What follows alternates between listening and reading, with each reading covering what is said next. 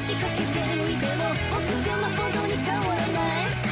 この景色は似たりようたりつまらない。私は明日を見たいのに TV は昨日見せ続けている。ヒステリックなざわめきがこうの君もなるのかい。大物のバイクのようにみんな羨むスーパーが欲しくなかった。そういう私は彼と共に錆びたい。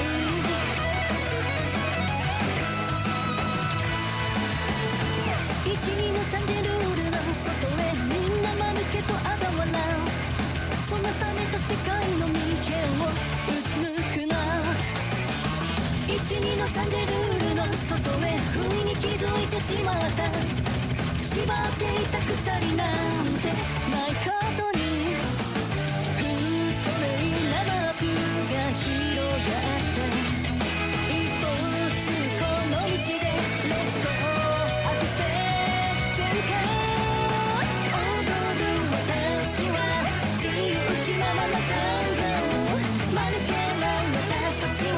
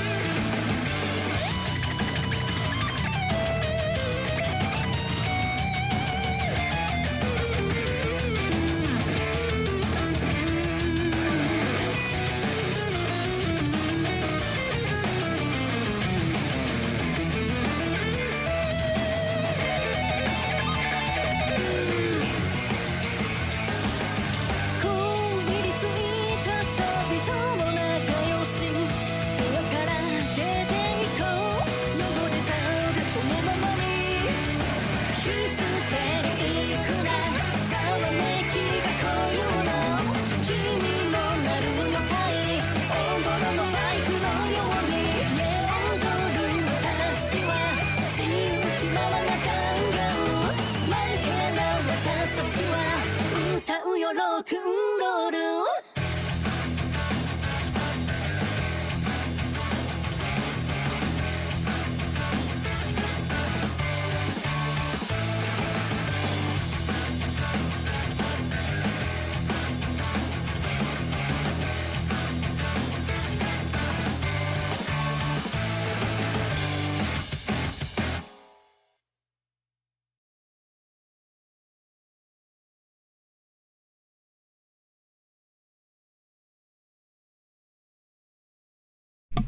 Hey, that's Trail Gunpowder. I don't know if y'all been following Easlaugh at all, that funky-looking Kickstarter fighting game. But they're starting to put out the soundtrack, and it sounds really great. Game looks great. I'm looking forward to the final release. But for now, let's look at Guilty Gear Strive. Let's rock.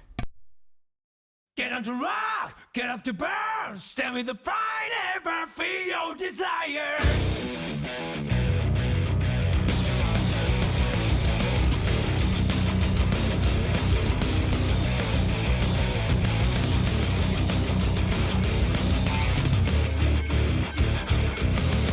One day I noticed that my life. We got a lot of ground to cover this evening. Season 4 dropped, a whole bunch of things have happened. There's a bunch on the plate. We're gonna have our hands full just keeping track of what's going on. I'm once again joined by KidDracula. Howdy, howdy.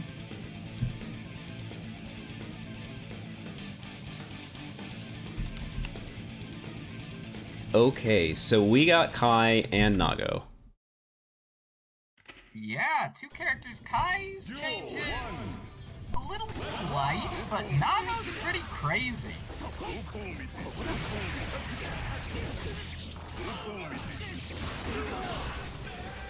Delayed burst gonna work. Nice 6p. Slight delay on that close slash catches. Tillion mashing. I like Tillion recovering after that wall break. Oh no! Oh no, times 2. Tragic.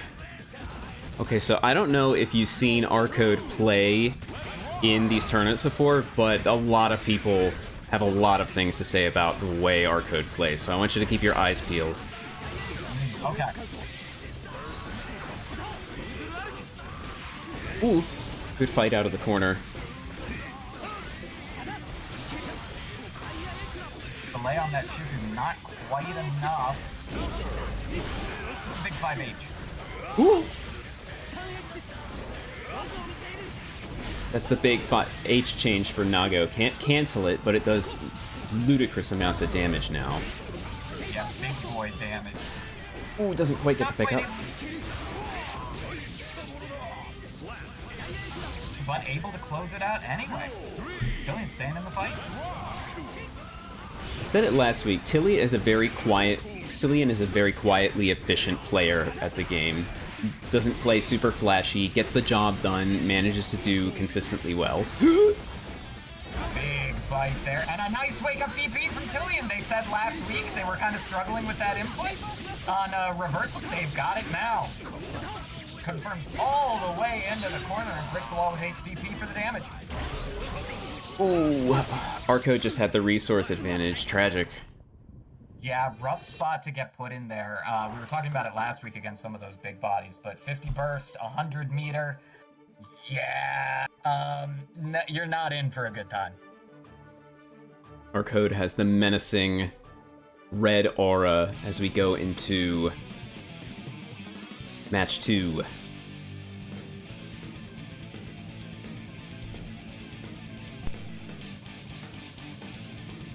Yeah, I kind of, I am always gonna kind of hate fighting the character, but I think all of the changes they've made for Nago, with the exception of last patch, I think make him a cooler character. That delay on the close slash is so brutal.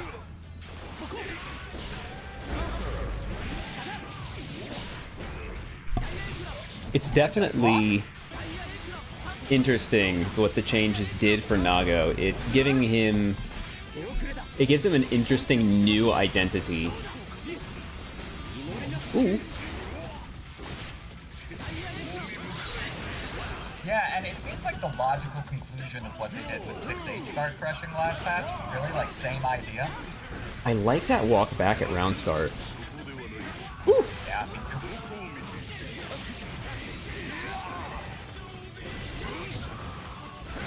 Ooh. RCode just holding great spacing. Ooh. I feel like one of the big things Strive does to people is giving you an air dash button makes you want to instant air dash all the time.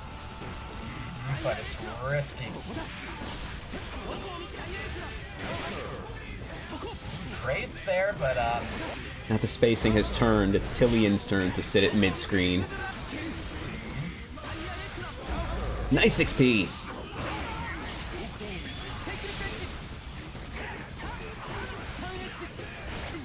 Woo. There's a big life discrepancy, but RCode can absolutely turn. Look how much chip that did! Just like that. Not quite enough to kill, but just like that, the tides have turned. Alina has a little more burst to work with, but not enough to get anything like deflect in time. And the really rough thing after that wall break was the blood meter discrepancy. I think RCode was sitting on only about 1/3 of the bar, and at that point, really, they can run away with it. Oh yeah, definitely. Fukio back from round start distance is so brutal. Not unless you're Anji. Unfortunately, Tillion's not playing Anji right now. And you know what? And that's where they went wrong. Truly. Struggling on bottom tier Kai. Oh, no. No! Challenge. Not quite able to confirm, but it doesn't matter. Tillion? Nice. Introducing a little bit of throw into the strike there. I think we need to see that from Tillion. Yeah, definitely. Ooh. Good check on the dust. I'm surprised that Yeah, RCode was able to see that. Yeah, and I thought 5K would be a little more plus. Oh, what pickup? Ooh. Just out of range for that bar slash next.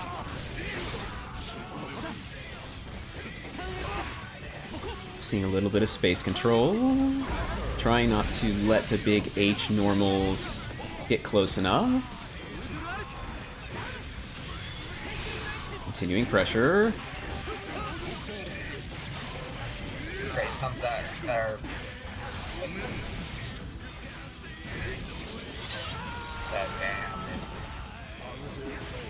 What a scoop! No way. No way. And RCode takes it. What a way to finish the set. 3-0. 3-2-0. So we return to the lobby. We'll await our next match. That'll be Thinky Steve and Margarita. Margarita says computer issue, has to restart. Okay, so Margarita is A scrub. Listen, I was about to say Margarita, right? I was about to say Margarita goes to the same monthly as me and KD, so we gotta keep bias out of this. Alright. If you say so. I'm curious to see who Margarita's going to play. A little bit of Margarita history. Started the game as a Zato main. We all know what happened to Zato. Margarita plays a number of fighting games, so they decided they did not want to gap on a low tier. And they made the genius decision to switch to an ultra broken top tier, Melia Rage, who has also now been nerfed rather substantially. So I am very curious to see. I know that Margarita was messing around a little bit right before the patch with Ramlethal Valentine. And if that's the case, this will be the first, if that's who Margarita locks in as, this will actually be the first full set of Ram gameplay that I have seen since the patch came out. Ram is a menace in this patch. Yeah, I get that feeling. It's I was saying on Twitter the other day that I YRC'd after the sword toss between the explosion, and the explosion punished me, and I just felt about stop playing the game. Yeah. And your first mistake was making the right decision and spending 50 meter to do it. Yes. You fool. So Hobo Ninja saying that they got their ass kicked by Ram in TNS last night. Viewers, calm yourselves, put your anger aside. I had to play that same Ram the next round. I avenged Hobo Ninja. Nobody needs to get too worked up. Dude, we need a soundboard. A soundboard would go crazy with like an audience cheering. Awesome. I played against a Leia right after that, and that's Leia is the worst person I've ever encountered on this planet. If I see them in the crosswalk when I'm driving in the next couple days, I'm not hitting the brakes. Yeah, I feel that way about quite a few Leias. So what do you think is the most interesting in a positive way about the new patch? Because there's definitely interesting in negative ways. There's definitely glitches, there's definitely overtuned stuff. That is a great question. I think, off the top of my head, I would have to go with, just completely off the top of my head, first of all, Chip's new move is really cool. Chip looks awesome. I think that the changes they made to Soul, this might be an unpopular opinion because I know that it removed a lot of the technical aspects of him. but I also think they addressed a lot of the stuff that people had issues with. Clean hit Fafnir is still, like, disgusting, but the difference between Soul and Kai, I feel, playing Dizzy Margarita. Margarita was excited for Dizzy to come out. I feel like the difference between Soul and Kai is supposed to be that Soul's offense is better, but Kai's neutral is better. And that was not the case for most of this game's lifespan. So I think that making his, like... Now, they also kind of hit his pressure a little bit. But I think the changes they made there were good, and, like, H Volcanic Viper immediately wall splatting is cool to me, like, treating it the same as Bile Bunker. But that's just off the top of my head. I think that's a great point to bring up. You gotta characterize your main characters, keep them in the game's conversation, and keeping them distinct in the way that they did was a smart move on Arxis in part. What we're seeing right now is my number one ombre, Anji, on the screen. And Anji is interesting. I'm not quite sure how to use New Spin just yet. I don't think we've seen Stinky Steve quite use it at the moment. But we are seeing... It looks like Margarita blocked that overhead, but, like, let go of FD at the last second? That's tragic. I think that if Margarita plays a pretty passive-aggressive zoning game... Oh, okay. Fujin cancels. Okay, Stinky Steve is a better player than I am. I'm just gonna leave right now, deregging for Tyrant's Grave, never TNS again. No! Oh my goodness. This guy...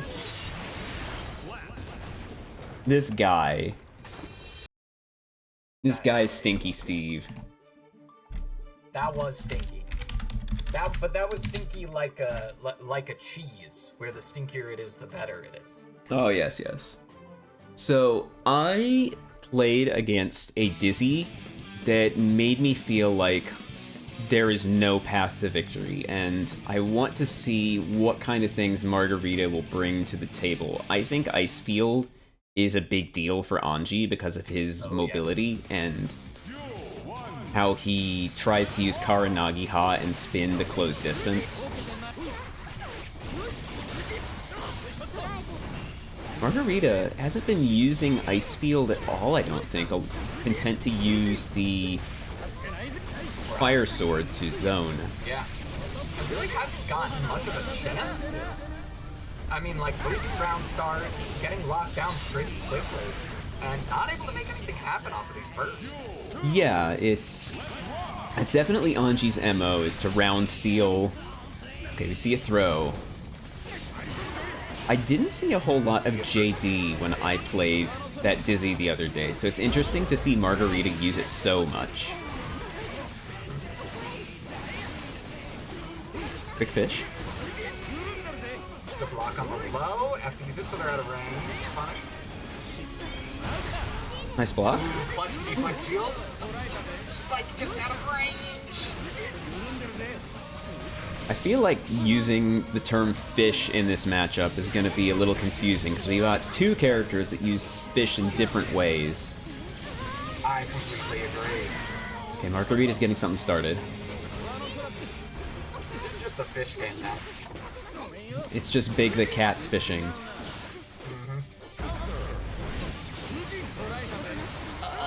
Okay, Margarita has burst, so manages to make stuff happen. Oh, not able to confirm off the 5P. No! Dang. Right into the spin. There's one thing Stinky Steve loves. It's a good spin. Every Anji player wants one thing, and it's fucking disgusting. It's the spin, not in the spin cycle in the washing machine. Gonna keep stinking. Margarita right back in. We'll see if we can make something happen with this day 5, I want to say? Yeah, 5 days? It's been 5.5 days. I'll reserve my thoughts on Dizzy for after the set. Yeah, definitely. Not quite sure what to think of Dizzy at the moment. I think the big thing about Stinky Steve's play that throws people off is he's very eager to use Hop where other Anjis wouldn't. And he Yeah, we also just saw it there. just loves a good spin. He will spin when you least expect it. Working on a perfect. Woo! Trades the 5K big, Michael Sword. It's pronounced Mikhail's sword. You know, you are absolutely right. I did see the starter guide. Forgoing the safe jump for pressure. Nice block on the overhead from Margarita. Oh, fish chips! Or possibly catches a jump. Potentially set point. Nice scoop. Good reactive spin.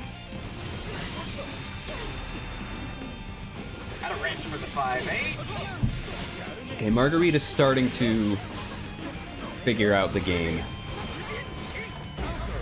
Oh, it's frame trapped. No, but Steve likes to spin. Nice, and that's a good adaptation. The first time we saw Steve use Connect with HDP and RC, he tried to do, I think, a combo from the old pad. Yeah, That time going right into fish for roast. it is Or definitely, right into butterfly. it's definitely something I've been struggling with as well. I've kind of just hit OTG into butterfly just to figure things out, like Steve did there. I've been practicing the proper way to follow up on it after, but while I was yapping, Steve just closing things out. Yeah, Steve with a commanding 3-0. The character is still very new, and there's a lot to figure out. I've noticed that a lot of her combos right now seem very like distance and starter dependent on what you're going to get off of it. I think Dizzy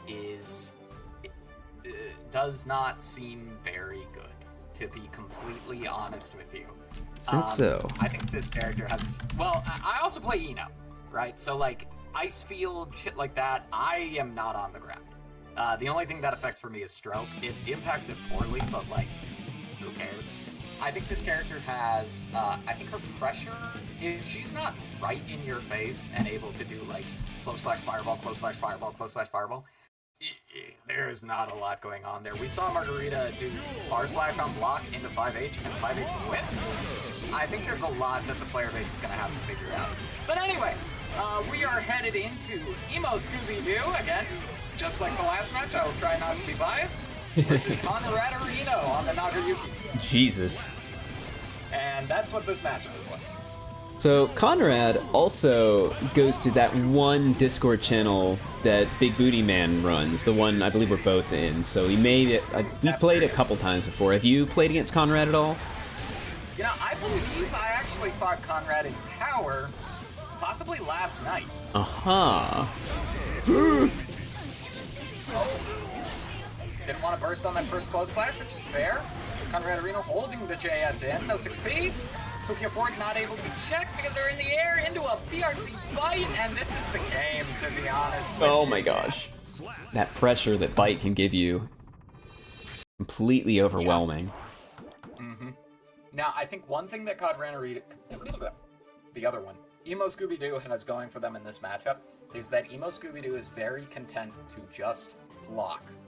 And I think that is really important when any character, but especially is playing defense against Nagayuki. I am fine with holding a bite at like low blood, as opposed to getting opened up by like an H normal, or although I guess that's less of an issue in this battle. A counter hit special or something. Exactly. Yeah. Nice. Nice adaptation to that round start Beyblade, and Conraderino blocking below there. Ooh, keeps the corner. Yeah, good use of burst, I think. Trade your bishop for another bishop there. Steals Conrad's Yeah. burst. Looked like they thought they would build a meter on that. Ooh, that's a big counter hit. Not I the really best. like what Scooby-Doo is doing here. Yeah, this is nice. It's very patient, lots of different options. Takes a round. And that's one big change. I actually have to start doing that. EmoScoobyDoo, after Block Madlove, did falling JS into forward HC out, which is good because it puts Eno in a situation where there's no RPS after Look at that. Good lord. There's no RPS after. I can't even get my thoughts out after MLA. Conrad is saying, listen, we have a schedule to maintain. No time for commentary. Ooh. We're mashing up plus friend! But it works. The deflect keeps the follow-up from finding its home. Oh, you're alive? Oh Going for the God, pop. No. No. Good lord! Alright, well, I'm taking my headphones off. It's like that, huh? Conrad, 2-0. I guess it's like that. That's disgusting, dude. That's an unbelievable amount of damage. We thought that was going to be a nerf when they showed off the trailer for the new patch. Potentially third and final round of this match. I'm still kind of speechless from how much damage that did. I know it's an enormous amount of damage, but it was so much. I think that did more than Super Wall Break would have. Respect not using... Overhead.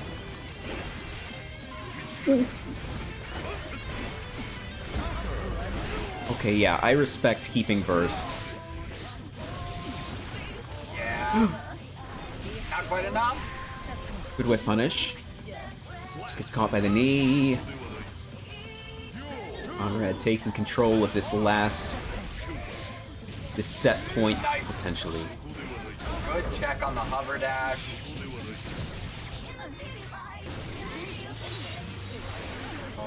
WeebCup, about a quarter of their life left. I don't think it's gonna... Conrad just drops. This is a big opportunity. Their chance, not able to confirm off the 6H, and Conraderino is gonna take it. 3-0. The big 2S confirm. Yeah. I think the biggest thing I saw is that when Conrad was at high blood, Scooby-Doo got a little greedy. I think threw themselves at him with H-Dive twice, when really, especially with the buffs to Air HCL, that's when you want to sit back, at least threaten projectiles a little bit, because there's nothing he can do about it at that point unless he wants to take a really big risk. Although I guess at this point, comboing into pop is less of a big risk than it used to be. But yeah, at least threatening it a little bit, and then starting to kind of dash block your way up. With the cover of those projectiles to help you out. But also, it's a tough matchup, and Conraderino really showed that I think they were fuzzy blocking the mix pretty well, interacted well in a lot of spots, stopped hover dash with that 5P. So yeah, really well played. It can definitely be intimidating to deal with the Eno mix. It can just feel so overwhelming. Mm-hmm. And... yeah, Conrad definitely has a way better handle on it than I do. I mean, you know, I as much as it pained me to see them mash // on plus frames, although also, to be fair, those are new plus frames, so there's a very good chance they were like, oh, it's my turn now. Sometimes you gotta do it, you know? I was fighting a Potemkin just before we booted up, and they got hit by a note, and I was like, I'm gonna try and reset off this so I can get a better combo. And it turned out they had been mashing close / the entire time, and I fucking exploded. So sometimes you gotta do it. No time for regrets, though. It's time for bed. It is bedtime. C-Drive has in the past stated they feel very nervy playing Bedman into high damage characters, and Dizzy's pretty high damage, but I know that Bedman got that big health buff, so I wonder if that's a result of the changes, or if C-Drive just feels more interested in playing with the new bed. Yeah, I have not seen any Bedman yet either, so I'm really excited to see those changes to, I do not know the name of his moves, and I will never learn it. The big old explosion into head. Right, malfunction. It's a nice shorthand term for it. Oh. We're seeing a good amount of mid-range going on, as to be expected from these two characters. 10%. ending it on the reversal, you don't have much to lose. Fireball see- gonna catch. C-Drive's locked down. Has resources, though. Has the bomb ahead. Yeah, backdash gets caught by the bomb. Yeah, it tracks now. It's really spooky. Lots of air stalling. Projectile trading. I like Teddy's use of Fireball. We commented on it when Margarita was doing it, but especially against Bedman, this is another character who spends a lot of time in the air, and I think that's a very good decision. Yeah, you just gotta occupy space. And it seems like JD's definitely a tool that wants to occupy the space Bedman would take. Here comes the install. Plus range from the overhead, ice. The ice throws off the movement. Yeah, and an ambitious attempt at a run-up throw there from Teddy, but not going to pay off for them. C-Drive takes the first match. This first of three top 8 winners. And the needle pressure from the needle zoning, it seemed, was a little overwhelming there. Struggling to deal with that, especially in the mid-range. Okay, the revolving door is open. I definitely think Johnny is a smart counter pick. Johnny has the really nice, fast, long-range, mid-range tools that will beat Bedman to the punch. Plus, if we see a counter hit in Senga, we may just actually watch C-Drive explode to death. Yeah, really strong offense, too. Offense that you can't really deal with by jumping too much, which is going to be important against a character like Bedman. I'm not sure how much we will see it, but Johnny also has the Mistfinder that will destroy projectiles. I get the feeling it may be a little funky to use against Spike. I'm actually completely clueless as to how it will work against the Task B follow-up, the Fire Ring. Yeah, I agree, because it seems like Bedman is able to throw them out very quickly, and Johnny's Mistfinder comes out pretty quick, but he can't really spam it to the same degree. Right, it's minus 15. Yeah, a little misinput on the TK there, but wow! Blocks the overhead, super immediately on the gap.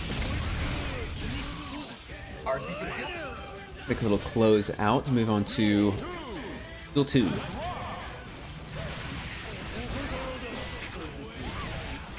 Nice, keep Johnny away from the card. Oh, that's a really good trade for Teddy.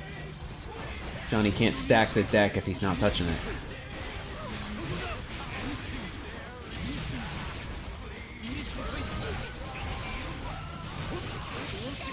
Oh no! Gosh, undertakes the first.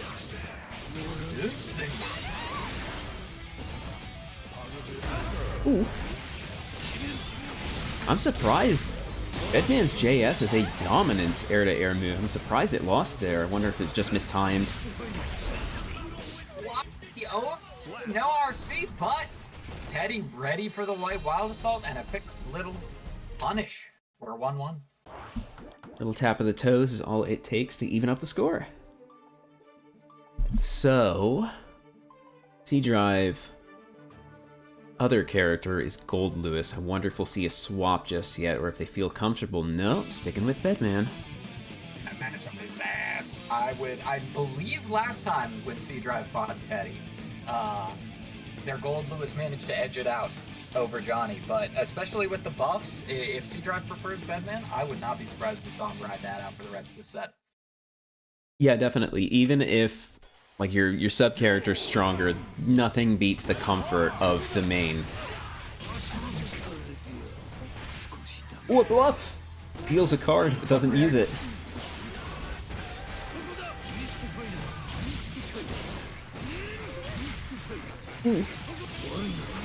Man, C-Drive even dashed forward for that 2P challenge, and it still whiffs on Johnny's back dash. I feel like that was a bit of a blunder on C-Drive's part. They were probably in range to just throw out maybe a far slash or 2S to check the Mistfinder. Man, these reversals from Teddy are really on point. Wait, did... He didn't press a button. That was a really weird... Oh, he must have... Okay, he must have not quite killed and finished with a 5P. I don't even think he pressed 5P. I don't know what happened. This version of the game has a couple little bugs. Big, sails over it. I was gonna say the upward finer that we just saw again from Teddy. That's a really nice adaptation.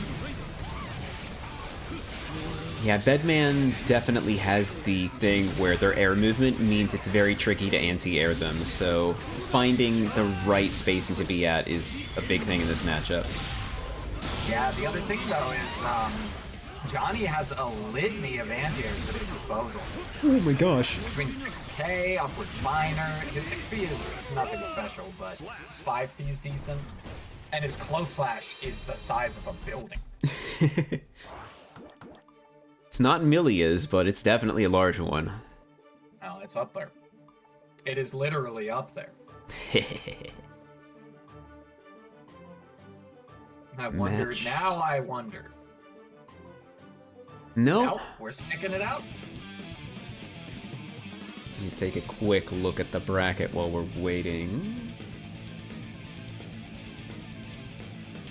Okay, it looks like we'll get confirmation on who will be in winners finals in just a moment. That's going to be our next match. The second winner side top 8.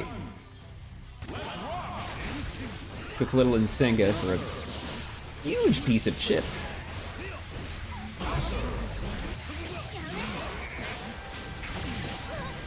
Good use of Spike to call out the vault.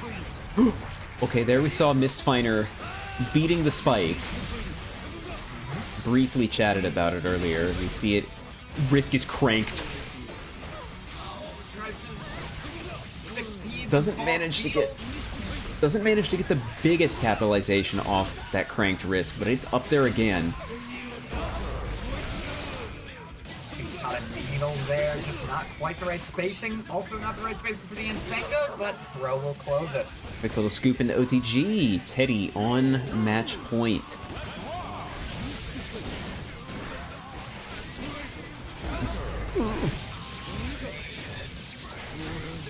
I wonder if Teddy specifically wanted to beat Throw there because of that first tech interaction in the match. Yeah, very good chance. We drive about a quarter of their life left. Yeah, these are looking dire. Nice! No way! Johnny has the fattest chest in all of Stride. It anti-aired Bedman on the other side. Eddie, 3-0. 3-1, excuse me. I'd be so mad. Let's see what chat has to say about this. Is chat molding over this? No, not yet. Nothing yet. Okay, so getting the next match ready. We're gonna have... I thought so. Hail Hydra and Conraderino. Let me summon them. So Hydra is a dedicated chip main. So I want to see what kind of shenanigans we will see with the rope.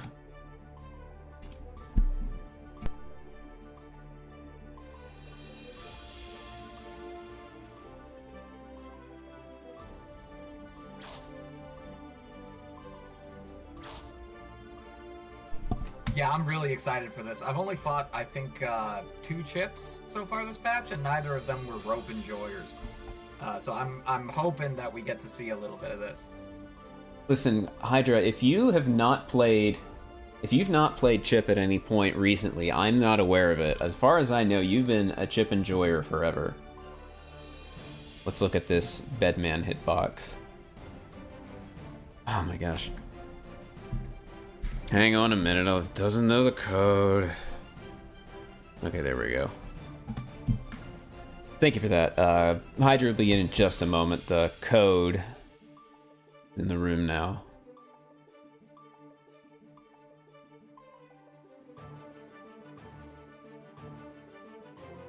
Yeah, Amelia's JH, a lot of those, you know, it's funny, because a lot of the, like, dedicated quote-unquote like dedicated cross-up buttons like that, or buttons that are powerful because of their ability to cross-up, have those tiny little hitboxes. Yeah. And then you've got like most characters in the cast, they're JK, like Eno JK, Soul JK, Kai 5 JK, Slayer JK, also all cross up, and those just have normal hitboxes that are also super active. So it's not the greatest hitbox in the world. I barely know what's going on with air moves because Anji's are all like really funky and kind of bad. So yeah. I whenever mentioned I fight Anji that jumps a lot, I'm like, all right, bro. that don't know what they're doing.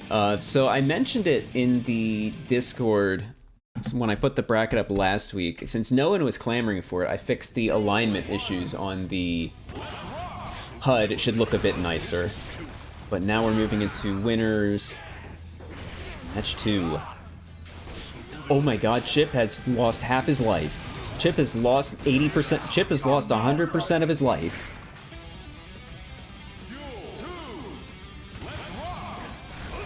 I don't know if we're even going to see rope at this point. Hydra is a good chip player. Nice way for Conrad to deal with that RPS off of Fujin, and immediate adaptation from Hydra, baiting it out, little step backwards, running up to punish. Great little whiff punish. Oh, there's the rope. Ooh, we got rope. Whiffs, but it's okay. Instantly into the overhead Rekka. A nice awareness by Hydra there. That combo wasn't gonna kill. Keep the corner, set the rope up again, go for the empty low, and we're going into the last round of game 1. All I can think of now is that stupid Zelda CDI guy saying rope. It's gonna ruin my commentary for the rest of this match. Ooh! Quick little double overhead. Nice 6P from Hydra, 6P right back from Conrad. Hydra has the corner. Conraderino has 50 meter though. It's still a dangerous situation for Chip. Kinda looked like that was about to cross up. I wonder if that was Hydra's intent. Not quite able to whip punish. Goes in. Big reversal. Gonna drain the blood for Conrad a bit, give him one chance to run pressure. Nice deflect to increase the gap. Scoop. Ooh, just goes for it. Hydra overcomes the scariest situation I've ever seen in my life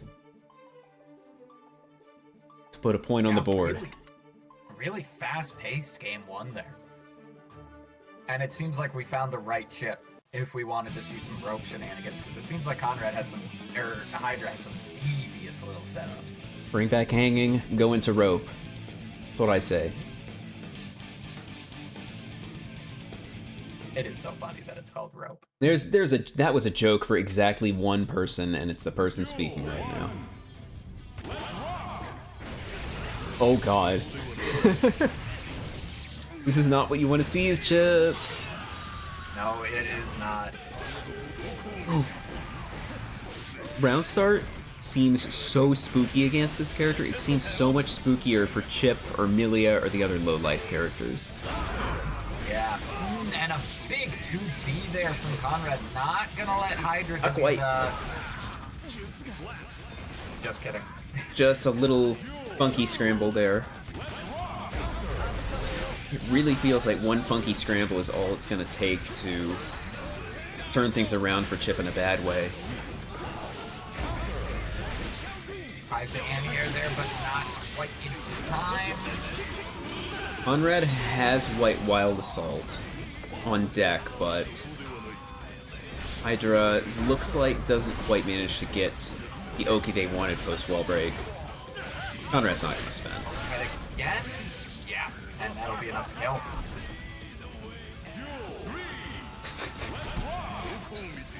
Ooh, trades with the clone. Manages to jump out. Ooh, nice! Also at the fuzzy throw, Conrad's blood is rising.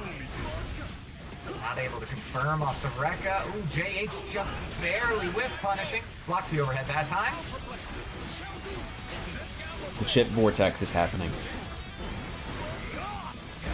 Ooh, nice! Bar slash is very quick. Yeah. And with the risk built up, that's very decent damage for Chip. Ooh, looking for that defensive option, but not able to bait it. Big 2H, even score like that. Oh no! Oh, no! Domi! Domi! Oh. Listen, everybody said that Domi Burst was extinct after the changes. I think we just saw it's alive and well.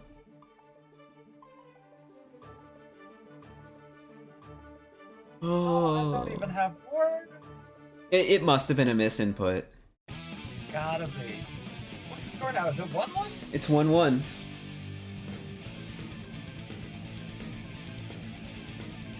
Now that is what you don't want to see as a Chip player.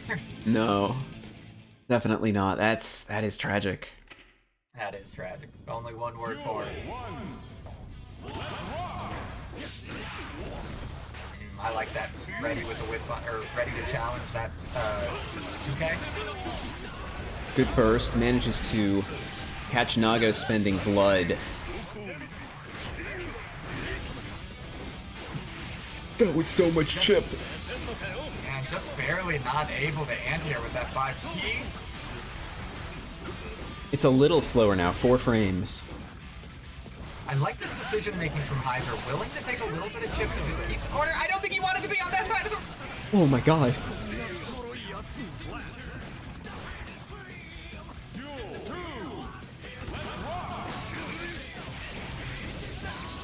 Conrad's starting off with the first blood of round 2. Oh my god, it's almost over already! Conrad getting a lot of counter hits with that 6K. Not able to get the OTG. Oh my gosh. And the Helm Splitter beats the 6P. Conrad up 2-1. I think Hydra's playing pretty clean outside of just a few mistakes, but little funky scramble situations are just causing no end of headaches for Hydra. It's just a health to damage discrepancy. Exactly, that's the thing about those characters. You know, Melia, Eno, Chip. You make one mistake, you can be running a fucking train on them for the entire round, but you make one mistake, and now you're dealing with the one-shot character. There's one more round to deal with the one-shot character. That is if Conrad takes the next 2 rounds. Hydra content to just block. I think that's a very good decision against Naga. Seeing a little record pressure. Conrad fighting out. That did so much chip. Oh no. I am not going to be able to get over how much chip damage this character is doing. Yeah. Oh my god. Okay, yeah, you have to burst there. Movement just beats out the 2S. Big counter hit on the 2D. Bursted into the corner. Yeah, that's not where you want to be. Good awareness seeing Conrad did the 2D for a little air stalling. Sets rope but doesn't engage. I like the idea, but it doesn't pay off. It seems like at that range with 2H, it's just not the move to use. Hydra's got Deflect on deck, but Conrad is going to start picking up resources in a jiffy. Oh my god. Rides the bait, but not quite. Gets opened by the mix. Conraderino. 3-0. 3-1, excuse 3-1. me. Yeah. Again, it feels like the last couple matches negate the one that happened. Yeah, it really does. It is difficult to remember that one in the face of chip damage that does 20% of your health. Alright, here we go. Tale as old as time. Stinky Steve, EmoScoobyDoo. Stepping into the square circle. Malachite in chat saying Super did less damage than some of the moves did in Chip. Yeah, we noticed that in the last set. where that combo into Blood Rage, I think did more than just like straight, what's it called? Nago's reversal super would have done. I was playing a Nago in tower, and they were in Blood Rage. They hit me with a 5H at full screen, and it did like 10% of my health in chip, and it just threw me for a loop. I've been wary ever since. Yeah, rocky. It's kind of nice for Eno because those like 5H can be an issue if you're dash blocking, but normally if you're dash blocking, you're FDing anyway. 2H is a bigger problem, but what I've noticed so far fighting Nagos is that because of the arguable buffs, I think we could say that they're straight buffs to the H buttons, Nagos want to throw them out a lot more, and that's when you get that stroke in there.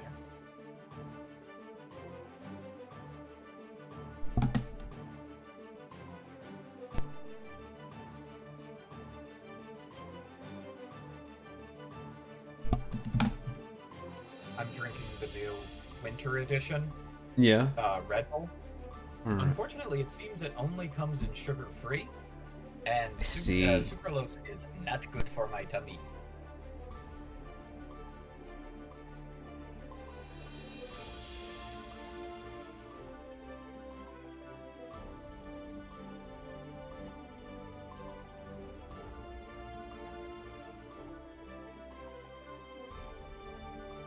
Yeah, the room's full. Someone's got to leave the room.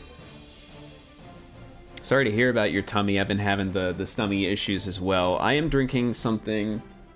what am I drinking here? I've got protein shake. Peanut, protein, chocolate flavored, and I mixed it with some pumpkin spice tea. It's not... It's better than you'd hope, but it's better than you'd expect, but worse than you'd hope.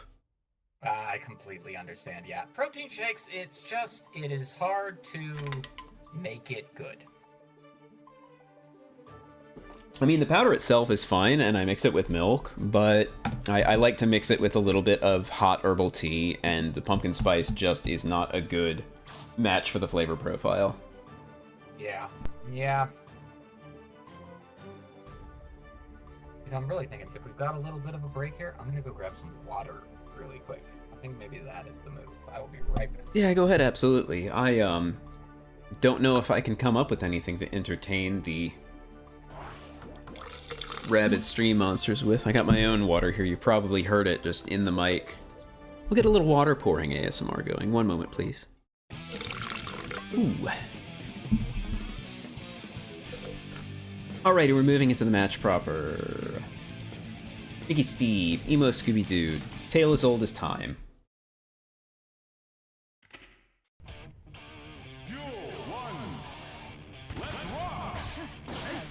EmoScoobyDoo has stated before they do not like this matchup. No, it's actually quite cold. I have a nice new water bottle.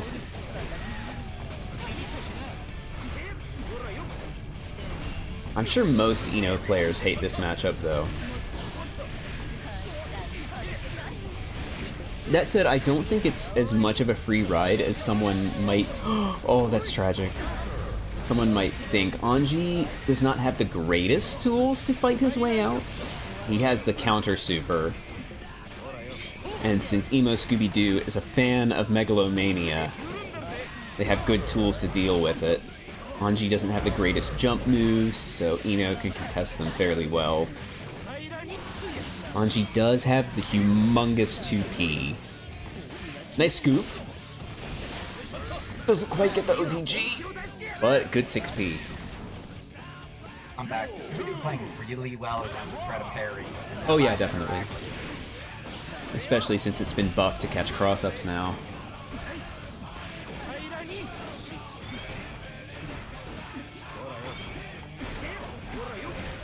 This is Stinky Steve's game in the corner. Ooh. Okay, Gold Burst. We are keeping that corner. Hi, Scoop. Scooby-Doo there was looking, I think, for the parry. Didn't want to try and punish. Scooby-Doo's blocking is very good. They got caught off guard by the overhead. It's 18 frames now. It's humongously fast. Just a quick little triple HCL. Ooh, Super OS, not able to punish because of the jump. Goes to the restand. Oh, Scooby-Doo! Crazy. Crazy. Oh, that was sick. Cheers to you. I'm gonna celebrate with just a little more water pouring ASMR. All right, enough of that. I've cleaned the water bottle out now.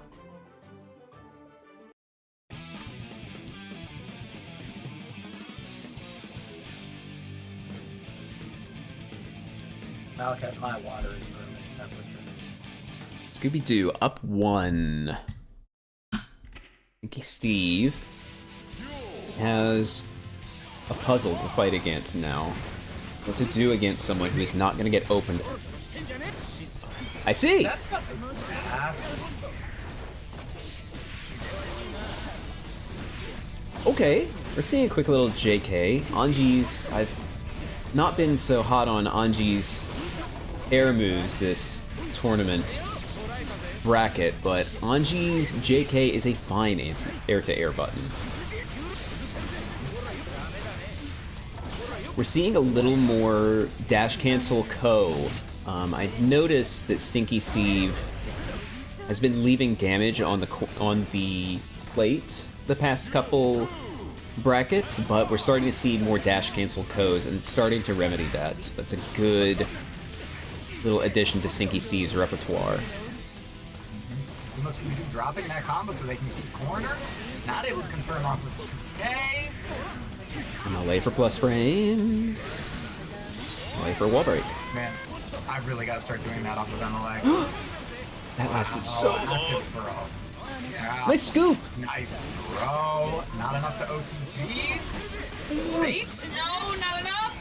Stinky Steve's ambitious gold burst may cost them going into... No. Bruh. So stinky! Megalo on wake up, do it. I understand. Megalo on Wake Up is an insane thing to do, but it is definitely an anti-Anji thing to do. You did it to me once, and I could not deal with it. It would have worked there. Stinky Steve evening things up, 1-1. Yeah, really rough. Going into that final round, the last interaction of the game before, Scooby-Doo was not quite able to get their note set up in the corner, which was really brutal. Probably would have won the round if they had it, but rough.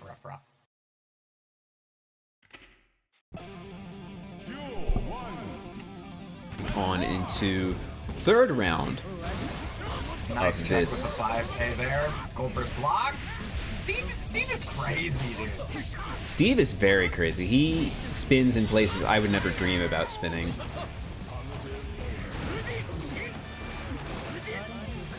Ooh. Oh no! Doesn't see the startup on Nagita, tries to spin off that VRC, or stroke.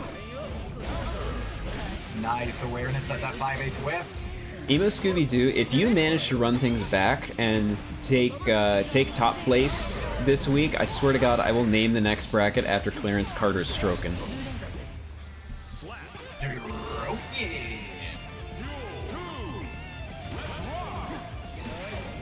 Nice 2S I think is a very difficult button for Anji to contest at round start, so it's good to see EmoScoobyDoo starting with it. Quick spin. Yeah, not able to challenge off that Nagita because of that feed. Ooh, jumps into it. Jump right into it. Ko is very big and it's very active for a very long time. It's a spooky button. It doesn't quite manage to hit the wall break. Almost gets that hover dash clip. Nice. 6P on the Ko. Gets out of the corner for their troubles. Stinky Steve's chases on these jumps with JK, you commented on it earlier, but they're really nice. Yeah, I've seen Jiro use JK a lot in matchups that trouble me. I haven't really adapted to using it, but I'm glad to see Stinky Steve doing it. Doesn't quite punish the throw. Oh, we are swinging in neutral. It is no neutral November. We're using spins and dash-ins and sultry performances and Fujins, everything, just to get in and run Oki. What's the top dust? No challenge. Slides under that 2P. Spending Wild Assault. Wants to keep the corner. That was a Megalo. Yep, I knew it! That 6H was a Megalo. That is tragic. I knew the parry Steve super was going coming. up. I knew the parry super was coming. Stinky Steve, 2-1.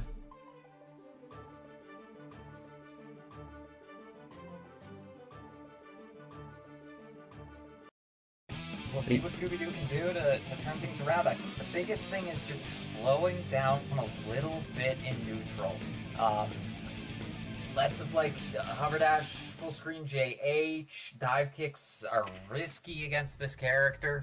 It's hard to play grounded neutral against Anju though when you can't really play on the ground. There's that 2S you were talking about? Oh no. Yeah, at the end of the last round, we definitely saw a lot of scrambling, and push comes to shove, Anji's damage potential will win in those scramble situations. Yeah, and the Eno actually got something. The changes to note are mostly like a meme. Wow. Big scoop. Go ahead about those changes. Yeah, they're mostly a meme, but against Anju, they can be really useful to stop spins. Nice. Holds out the parry super. They can be really useful to stop spin, the fact that you can cancel note into another note, because Anju's a little slow, so the chances of him running full screen and, a little early on the 16. Yeah, drawn from the well, that tap dust is really useful. There's strokes under the far slash. Steve has meter. Note. Just a quick little 2P Abare, the God button. Good Roman cancel. Little Jimmy catches him with the close slash. ScoobyDoo getting caught by a lot of RC extensions after Fujin. Right. Especially after like Nagia.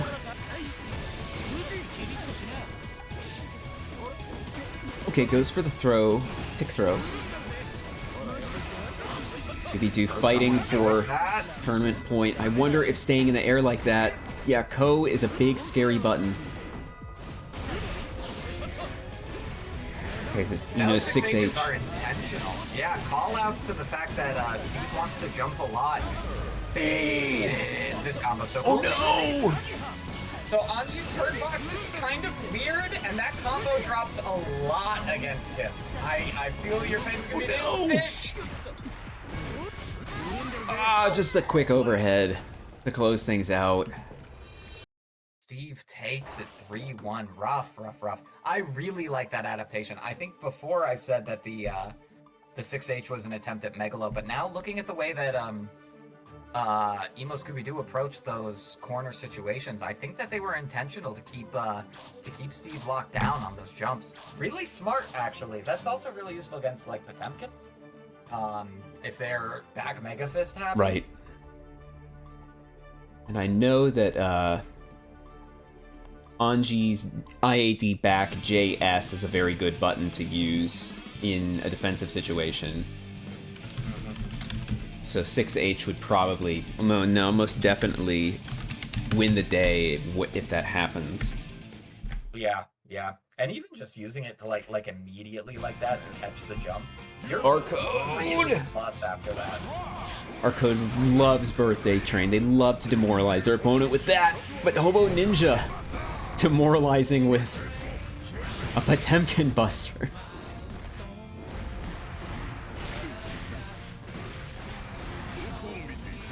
Okay, we're seeing good spacing. He's gonna pop. Ready for it? Oh no! No bust? Where was your scoop? Hobo Ninja. Oh my god, this character's busted. The chain shift. Okay, Hobo Ninja has a round up.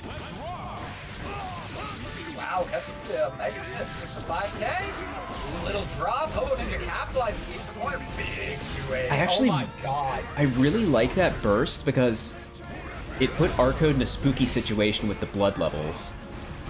Yeah.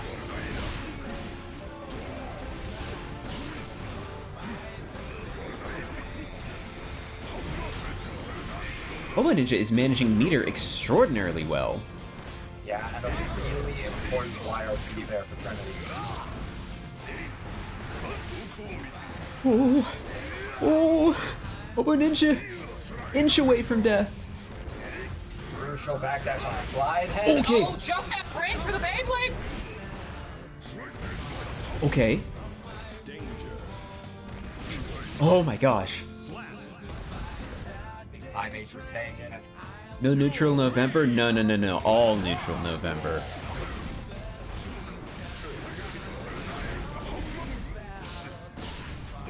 Oh no, doesn't get the pickup. Drop. But Potemkin is blessed with a +3 close slash. They got one shot to turn this around. Oh.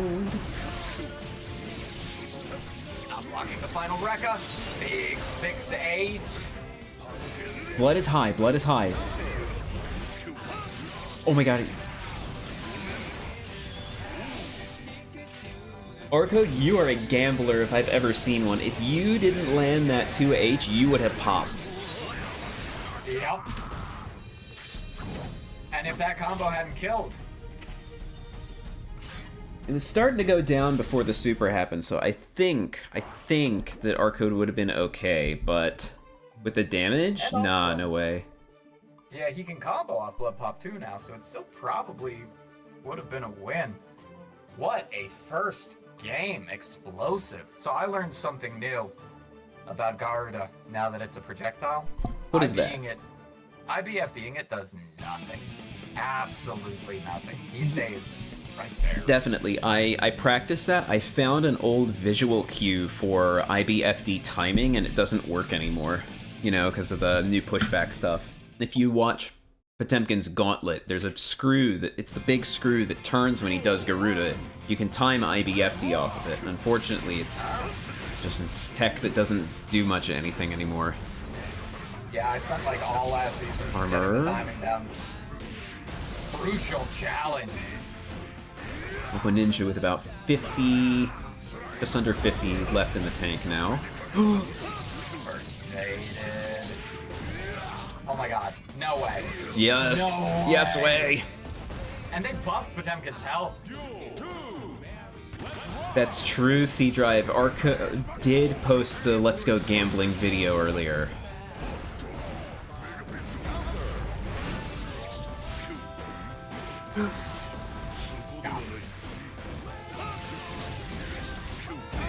Out of range, but she's gonna do the job.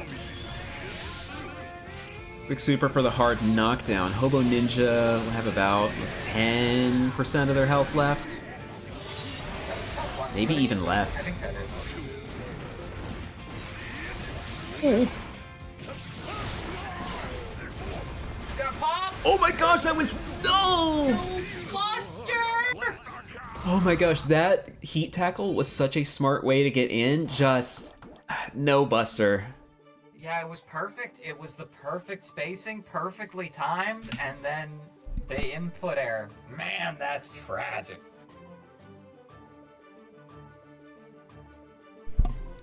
Hobo Ninja. 0. RCode's 2. How do you rally from that? You know, drops are a part of life. So how do you rally from just a big, crucial drop like that? Yeah, it's rough. It's rough to keep that headspace. We're off to a good start, though.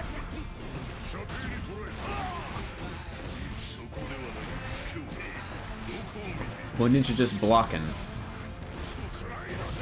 Yeah, it seems like Trinity likes living at that high blood, or RCode. RCode loves to mess with people by funky names. Don't worry about it. Okay. Hobo Ninja rallying. The disrespectful PRC in the tap dust. Everybody here but me is too cowardly to use taunt at the end of rounds. Ever since they took the rock show mechanic out of from Exard and plus R. That's tap.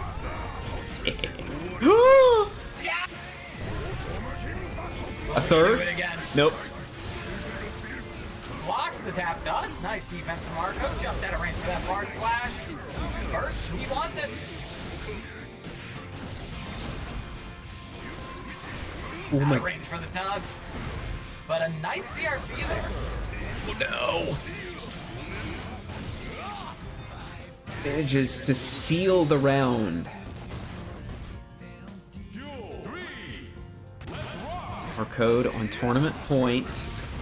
And I think the RC and the 2-6Hs there is to stop them from building more burst going into this final round. Really smart. Interesting, interesting. IB on the second hit of the wreck. Very nice. Another. Ooh. Oh no. And a really nice decision making from RCode there. Seeing that Hobo Ninja's going for those IBs, meaning that they're probably going to be a little bit less ready for a bite. The ninja has a little meter. Oh, The bite. that late PRC into bite. RCode takes it 3-0. 3-0. From watching that set, you would not think it was a 3-0. We're back to the lobby, ladies and gents. Next match. Gonna be the second loser side top 8. Actually, we're moving on to the second round. Excuse me. C-Drive and Stinky Steve. Let me ping them real fast. Ninja, you played that. I see you in chat. I thought you played that really well. Just like a couple of unfortunate moments, but yeah, I thought that set was very well played.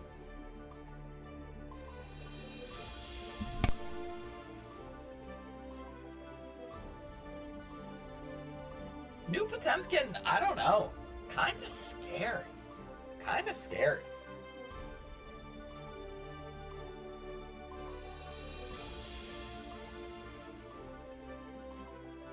I think that the Hammerfall break changes are, I was fighting a pod friend last night and they were talking about how fake it is, but I think right now it's difficult to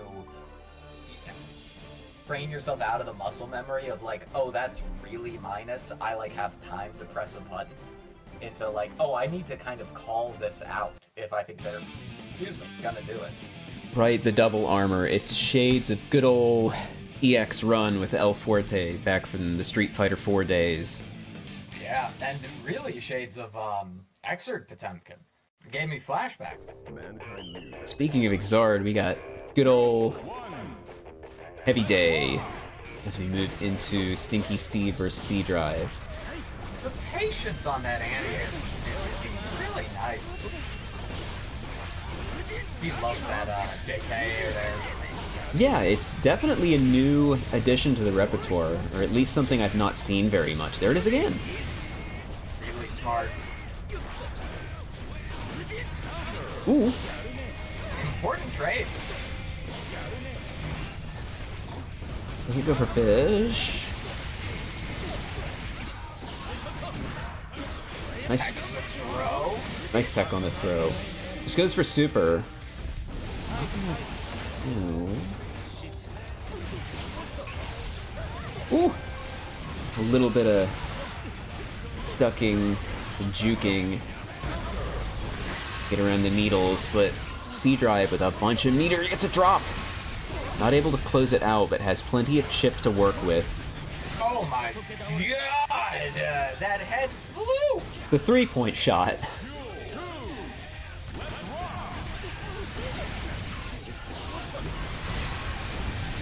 Ooh, oh, saved by the error follow-up. There's a little Scooby. Much more there. Scary fish Oki opened up by the 2D. The little shimmies are devious.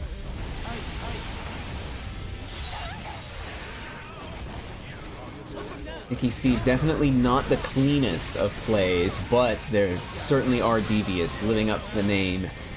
You did it! I can't believe that JS did not activate it. Maybe Steve tried to, Oh no! Might have punished the jump, to be honest with you. Not enough to kill. C-Drive. C-Drive has meter. And an install. Just goes to the Spark Bolt. I've never played Tager in BlazBlue, but somehow I still knew that name. That's crazy knowing the name of the move. Like, I know Tager, but I could not tell you a single one of his move names. I couldn't tell you any of the move names of the characters that I played in BlazBlue. I mean, I just like Tager's English voice actor a lot. It's got that super cool voice. He's Leo in this game, if I recall correctly. Oh, there you go. I like Leo's voice actor. Yeah. I feel like Exard was a little hit or miss for various reasons. Anyway, we won't get into that now. We said let's get into the match at hand. JK air to air again. We're starting to see C-Drive challenge a little more against Anji, and he is the turn stealer, so you gotta pick your battles carefully. Ooh.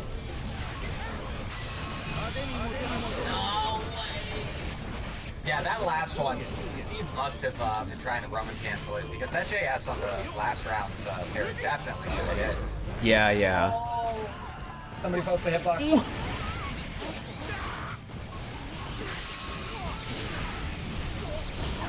Doesn't quite Not get... quite able to combo. Has the error on deck, though. Oh, geez. JS, one of his another go-to air-to-air buttons, manages to get the siding below there. Honestly, I hesitate to call JS an air-to-air. It's kind of not quite an air-to-air, not quite an air-to-ground. It's a very strange move. Steve choosing to spend their burst there to get out of the pressure. And I cannot blame them. C-Drive making space, but gets caught again by the JS. Under pressure from Butterfly. Have meter, doesn't... Reversal. Steve somehow keeping the corner. Yeah, that air dash into nothing was ambitious, but it worked for him.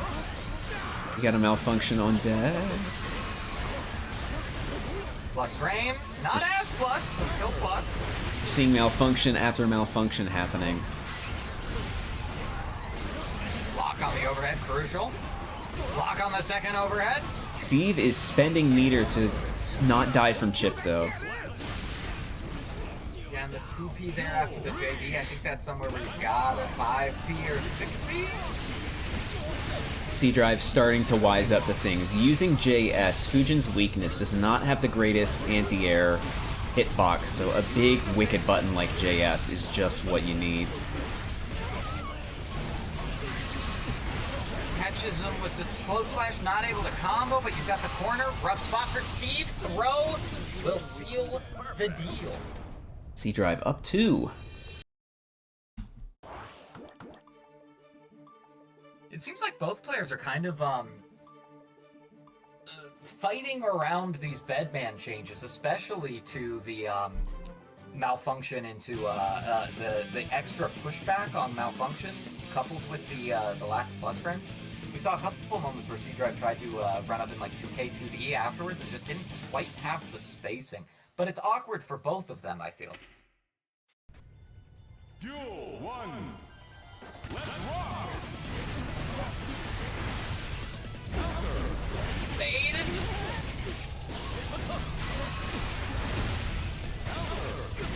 Oh, more of the challenges there from Steve, not really able to capitalize off him though.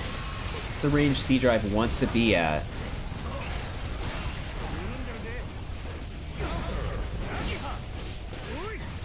R slash anti-air gonna work out pretty well. Nice co.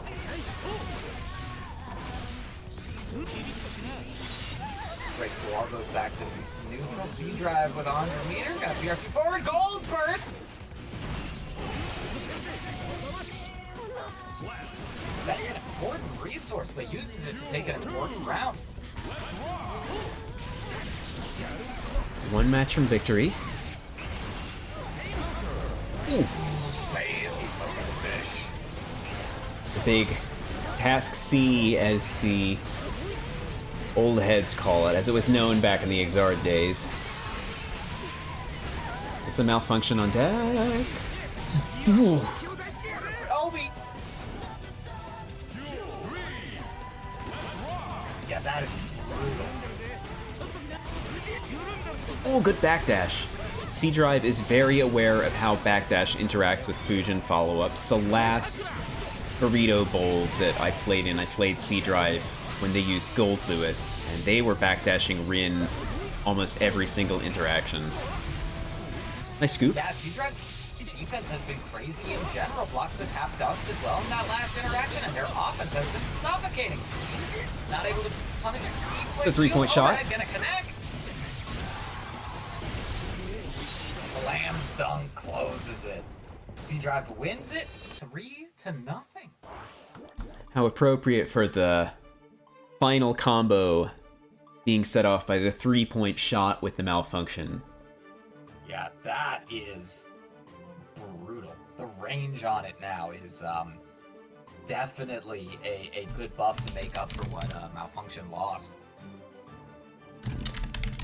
All I right. mean, Batman's gonna be scary this patch. With the extra health especially, I mean, health is so important in this game. Yeah, definitely. We saw that. That's one of the big complaints people had when Slayer came into the game, that he dealt a lot of damage and he just had so much to work with in terms of health to use as a resource. Yeah, let you gamble. All right, as we move into the second of our round 2 top 8 losers, we're going to see a matchup repeat, not player repeat. Hail Hydra having the nightmare of going into yet another Nagoriyuki.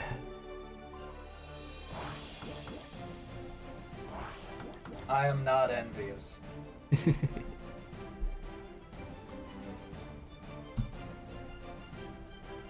I'm maybe a touch envious. That's only because I think Anji has the great round start against Nago.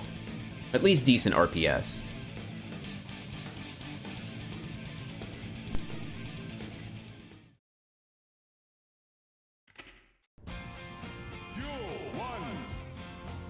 The demoralizing tones. A birthday train ring in Hydra's head. Surely it won't prevent the corner pressure from being as effective as it could be. I'm not really a fan of this, like, that, right? Just doing nothing after pressing a button. Oh yeah, Really definitely. Crazy. Great Can't- understanding of space. You can't get a counter hit for doing nothing. That's true. Working on a perfect.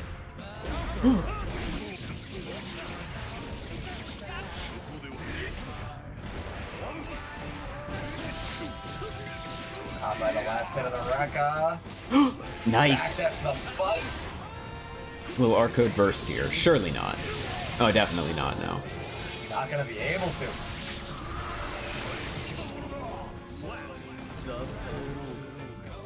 I also have no idea how rope works. I think it was a green rope in the previous matchup, and now we're seeing a red and white candy cane rope. So I don't know what decides that or not. Surely we'll see more details of that going forward.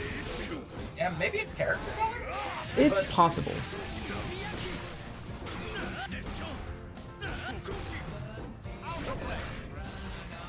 We'll have to wait and see. Hydra's sitting on 50 and choosing not to spend it on their offense or defense. Maybe it's an hour of the day kind of thing, like Jam's underwear in Exard. But, quite possibly, yeah.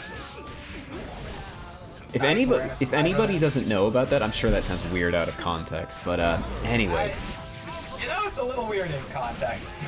It certainly is. Command grab. That rope is really visually, like, that's just what Chip needs, is something more visually confusing. Yeah, just something to take up space. Something to draw the eye. This is a very dangerous situation for Chip. Ooh, baits the YRC. Big bait there. Hydra up 1.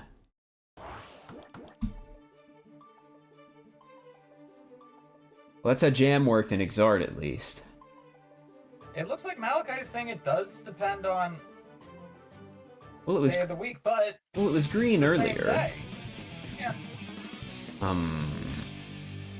Clearly Hydra is on the other side of the world. Okay, match 2. What do we know? What have we seen from this? We've seen maybe RCode isn't quite sure how to deal with rope. Which I cannot blame them for. It's very new. And I was struggling to lab against it. You can see the Candy Cane fighting Hail Hydra with valuable mobility. In the corner. Important burst from both Nagaruyukis into Hydra. Sending them into the corner after that diagonal alpha blade. Good pickup. Oh, goodness gracious. Ooh. Argo's air throw just whiffs. I like the idea. Ooh.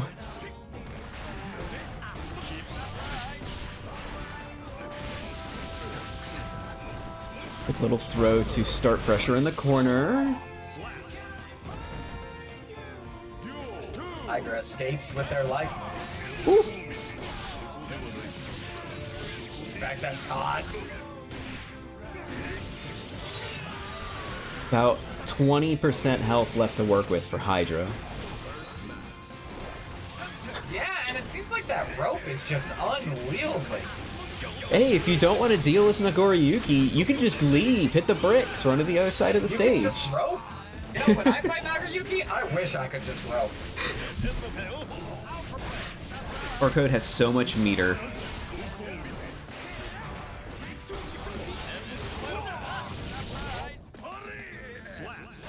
And Hydra not gonna let them use it. Commanding little win there, although the health bar might tell you otherwise.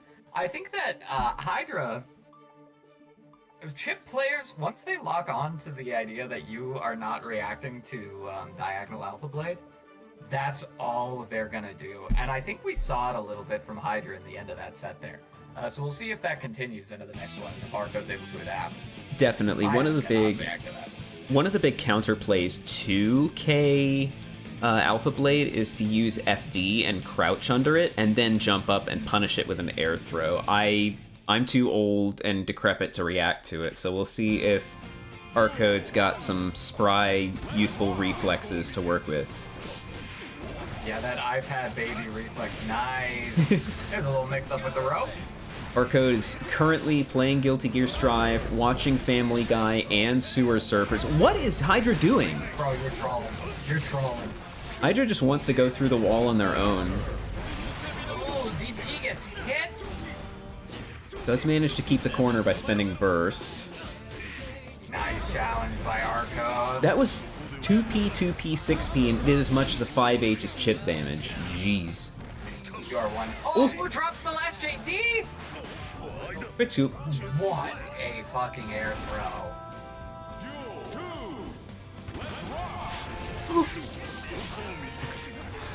Okay, I think Holy schmoo. Far Slash is a fine alternative to getting killed at round start by Nago, but good on RCode to bait it with the quick Fukyo back. Oh my gosh. This is a chaotic match right now. Both characters are one hit away from death. I say as Nago has full health, but still, Hydra could get some mix going. These rope shenanigans are crazy. Oh my god, look at the chip. Oh my gosh. Trade definitely not going in Hydra's favor. I don't think it's going to be possible to trade with 2H. I don't think it's ever been possible to trade with Nago 2H and it goes in your favor. No. Definitely not. RCode is a cat. He sees rope and he tries to hit it. Identities of chat members and players suddenly making more sense the way they can react to different things and whatnot. Not a zoomer, just a cat. Okay, we move into match 4. Hydra, 1 match away. RCode down 2. Birthday Train. Sorry. Sailing over with the JH. Good backdash. Backdash on the height. Good of RCode to keep the corner with that burst, but that 5-8 did so much.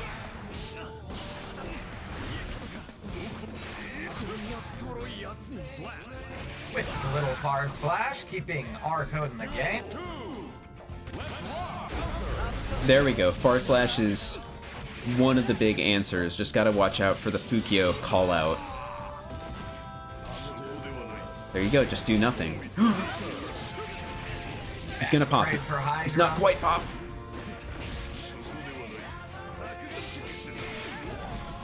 Okay, so brave. I know it got nerfed a whole bunch. It's still a very unwieldy button to deal with. Yes, still really strong. We got rope. I really like that. Set rope and to do nothing. Yeah, the opponent sees something happening. You know, you don't always need to react, but you can definitely try and provoke something from them. Hydra 1 round away from moving the loser semis. See, it's I said. Oh my gosh. Good burst point for RCode, but still losing a whole lot of health. This looks pretty bad for RCode. So bad, in fact.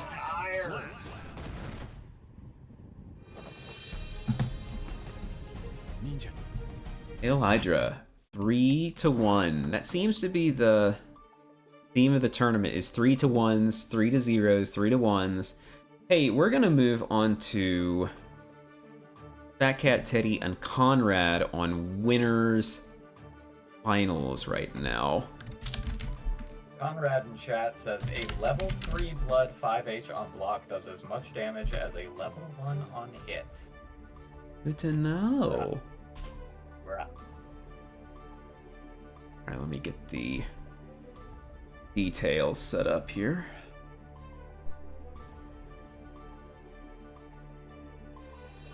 Naga was such a cool character. I wish... Guilty Gear is hard for me because a lot of these characters, I'm like in match and I'm like mad. I'm like, you're a degenerate.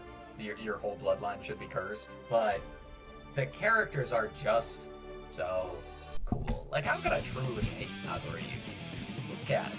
Nagoriyuki is maybe the single most effortlessly cool character design I've ever seen in anything. And if you look at the concept art, the rough sketches, the only difference between now and then are some minor color differences. It's so cool that he just came out fully formed and ready. Yeah, they were locked in. Fatcatteddy, Conraderino, let's rock. Second 5P gonna help out there. Card on the table, doesn't quite get the pickup. Both these characters have similar ranges to fight at. I feel like if it just comes down to a whiff punishing game, Conrad is gonna win. Higher health, higher damage. Really nice spacing to throw out that, excuse me, that, card super. Definitely. Ooh. Speaking of card super. Far slash flips.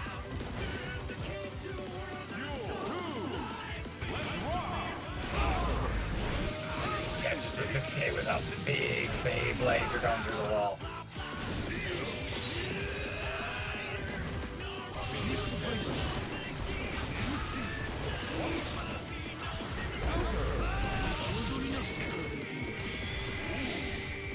Is it fast enough to catch the dash? No! looks like they tried to RC it, the close slash caught him. Doesn't quite manage to bait. There. Oh my gosh, that was... I can't tell if that was... Yeah, I can't tell if that was an intentional chase or if that was a backdash that just went the wrong direction. I think it was the latter, but it worked out for him. Not in the long run, though. Conrad taking Teddy to the corner. Oh, big counter hit. Real big. That 6-8 does so much damage. Teddy at about 25% of life left. Can't OTG him to death, but managed to get the pickup with the close slash. This character is terrifying. Very spooky. I was going to say, and I'm not downplaying ramp, but it seems like the round start that people are complaining about with her, where it's like, you know, like you can use these options to beat sword, but they lose, they're like committal, or they lose to everything else if you don't have a 9-frame normal. That's just Nago round start. You're either calling out Shizuru-Yuki, or you're trying not to get hit by Fukio backlit, Beyblade. Okay, the door is open. It is Fatcatteddy on Old Lewis. This is, assuming Teddy knows the proper routing, this is going to be an explosive round. Oh, absolutely. Yeah. Waiting with bated breath to see who explodes first. It's always fun watching Nago fight big bodies. Sorry. Ooh. Ooh, big 6-key there after the PRC reacting to Gold Lewis's far slide. Just runs in. Classic little BT route. Nice counterplay. It's definitely, you gotta know the right option to counterplay which BT, and I definitely don't. Conrad, very aware though. Teddy keeping it pretty simple with BTs, not going for any of the crazy chains from one to the next. I don't think we've seen one. Swanging on that 64. Little stutter step catches him pressing. Catches him pulling out the minigun. Oh, you're getting hit. No, he's got a race to the finish. No! So not a race that Conrad could win. Yeah.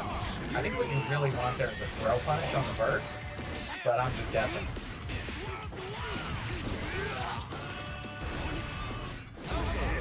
Big catch with the Shizuru-Yuki. But Conrad has more resources to work with. I can't believe that picked up off the OTG. The perfect.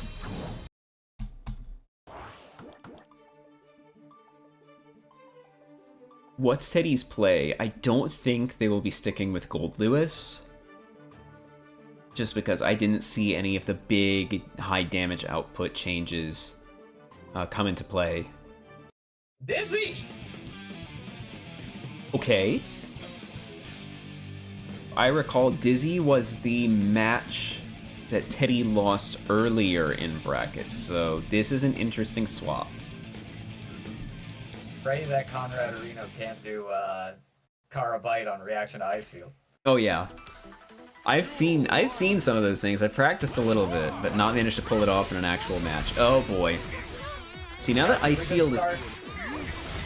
Why is he not affected by Icefield? I think the slide forward, if anything, just helps him with Fukio. Big Michael sword, nothing off that. We're seeing zoning. Fish. The close slash. Running up after really good decision. Field is out. Slides into range. Oh my gosh. They watch Wings of Light. No, surely No, not. they tried to do the Family Kamehameha out that. Oh my god. Nice 5 keys to check the backdash. Good punish. The fish? Just barely not punching that fish. Teddy is doing interesting spacing after the Mikhail sword, excuse me, to catch the spins that come in. And in the time it took me to observe that statement, Conrad at 3. Excuse me, I forgot to update the board there. Difficult to commentate Nakayuki, isn't it? Yeah, it's especially against. Well, I guess Dizzy's not that low health. She has 5 guts, so. Yeah, I was shocked to learn that she has 5 guts. I think these zoners need a little less health. Okay, Johnny, Dizzy's health is not that bad, but tone it down a little bit. Let's see some more Axel health. These zoners have had it too good for too long. I agree. Fat Cat zoners getting everything. You know, Axel buffed yet again. I'm kidding. The Axel mains are gonna come for me if I don't say that. Alright, we got C Drive and Hail Hydra coming up next. Let me ping them.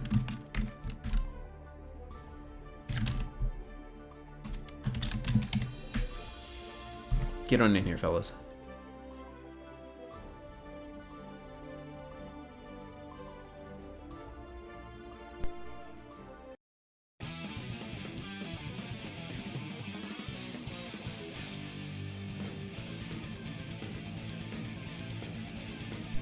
Speaking as an Exard player who played Bedman, I want Hail Hydra to die in pain. This matchup is absolutely miserable for Bedman and Exard. It's confusing and nothing makes sense.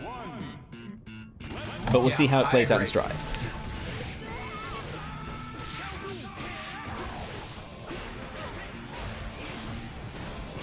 Hydra takes corner. Uses burst to regain it after getting pushed. Counter it. Starting to see the Bedman zoning game happen, and Hydra is just getting little dribs and drabs of damage here and there from all kinds of different things, and it's just adding up to this low health character. Yeah, let's see if Hydra's able to make this YRC work, turn things around. That's a nice counter hit. But just doesn't do any damage against new Bedman. We're both in about a one-touch situation. Will it be enough? No, doesn't get. Ooh. Doesn't quite get the best pickup from that 5k, but manages to clinch it in the end. Hydra again takes the corner. Ballsy challenge from Z-Drive there, but it didn't get him killed. SGC Yoshi about Bedman's 2P sometime. They'll tell you it's a brilliant challenge. Oh, it's a big-ass button, yeah. That thing used to trade with Stroke and beat MLA, and I did not like that. Got an error to work with. Nice trade. Yeah, really good for Z-Drive, forcing Hydra to spend that burst. It's gonna be close. I don't think Hydra can kill, even if they didn't drop that. Yeah, I think dropped it intentionally to keep the corner with that in mind. Minus after that, not punished for it. Yeah, it's, you can throw out a preemptive button to try and catch Chip on the way down to, I'm not sure what Bedman's best button would be. I would trust C-Drive to know what that is if they, I guess we didn't see them come up with anything, so maybe it's not something that's been labbed, so add that to the menu. Being a swap? Nope, staying on Bedman. I like this. I like C-Drive sticking it out, seeing what this new Bedman can do. I was gonna say with extra Bedman, I really don't like that he does the nothing personal kid when you hit him on his dash. That's the one of the best parts. It gets you a pretty good... I can't remember. Someone started a Twitter trend of finding a good punish for something, and I used a forward teleport into RC to get the most optimal punish I could find. That's cool. I'm pretty sure I still have the clip on Twitter. Speaking of clip, the way that DP managed to knock Bedman out of the air, very surprising. Yeah, ballsy DP, but it worked out. Nice confirm on the forward Rekka. No burst. C Drive has resource advantage. Good JS with punish. Big backdash on that JS turns JD into a 5. Blocks the attempted 3-point shot. Breaks the wall for first round of the second match of this first of 3 set. Big overhead. No block on the overhead. No block on the overhead again. Slam dunk, 3-point shots. Batman's bringing it to the court. Oh my god. From downtown.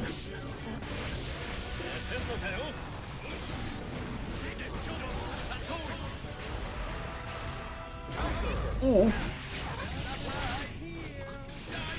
That's so used to seeing Jim do 2S into 2A. I probably would have pressed it.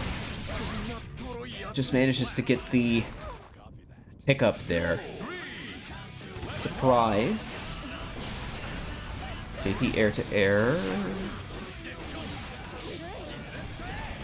Not quite able to confirm off the 2K.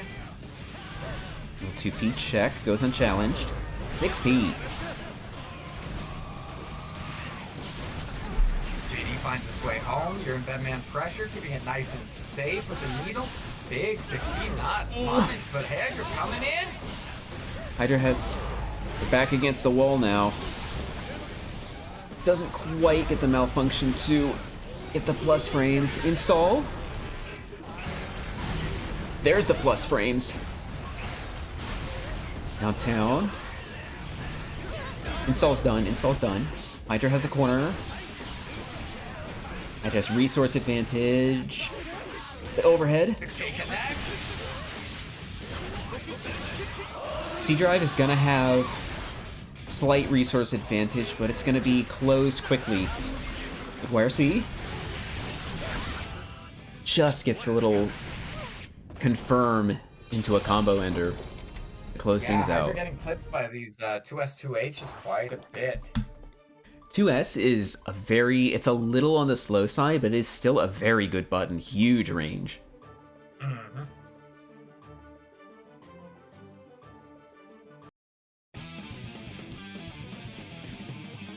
Match 3. Both players 1 apiece. It's curious, thinking back, we've seen Hydra get clipped by little things, little gaps in strings, not even counter hits even. So I'm wondering what's going on there. I'm wondering what we'll see resulting from that this match rather. Yeah, there's a chance that it's maybe an attempt to DP for gaps that don't exist, or possibly a jump. A jump would make the most sense, since there's no counter hit. Good scoop.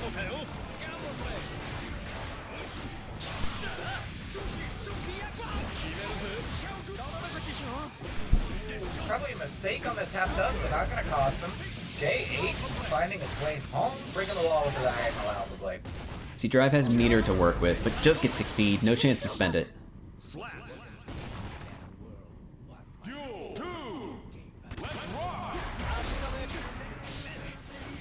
Check. Challenge out of that. There does need to be some interaction with Chip's pressure. I want to know. I want to see C Drive checking it. I think that's what C Drive needs to look for. Little challenges against Rekka. Throw out or challenge on it? I would think it's possible to challenge it. I really don't know. Tries to make the burst, but doesn't hold it for long enough. Rope is very mysterious at this point in time. We'll have to see as the meta develops more around it. Hydra, clean little conversion, closing it out, up to 1. Yeah, Hydra is not the number 2 seed for no reason.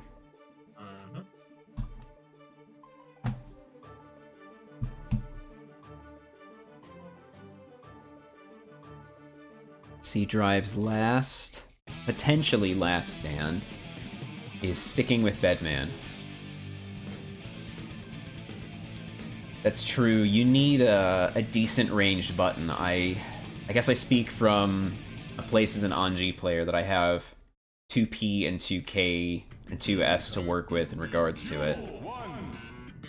So you can replace a privilege against his character. Good check. Oh, out that little reset. Ooh, manages to stop the error from coming out.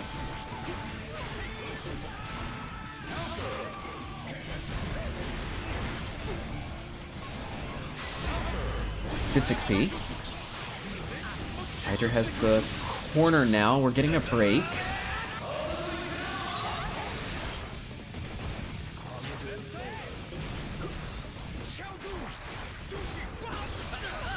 Blocks the overhead. Does not block the tap. Does spends the burst. Seeing C-Drive has 100 meter on deck. I'm out of here. No task C to jump into the air with. Ship high flying, throwing out that JH. Hydra now on set point.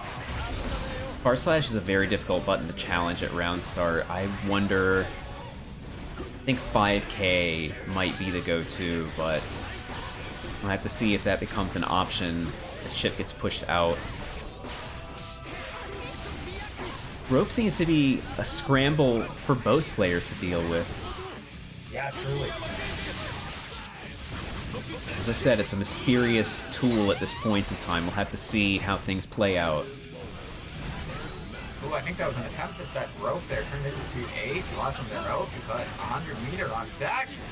Now 50. Throw it out. Big White Wild Assault. Says, no.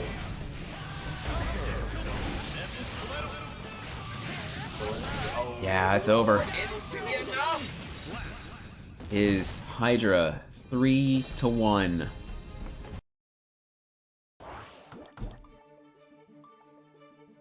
Alright, with that, Losers Finals is set to proceed. Fatcatteddy and Hail Hydra. Get in the ring.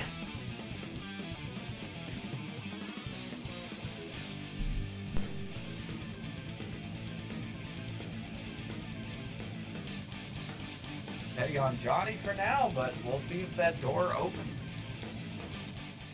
You know what they say is one door... Oh, I was going to say as one door opens, another door closes, but that's very pessimistic. That's not what they say. Life has many doors, Johnny boy. Ooh.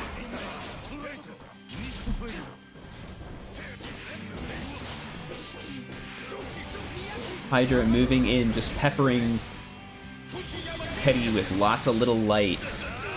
Yeah, we are seeing an unwillingness to block. Working on a perfect here. Catches the back dash with the rope. Oh, that back throw will work. I wonder what Teddy was hitting the other time. Surely not throw Nice it. RC there. Big far slash.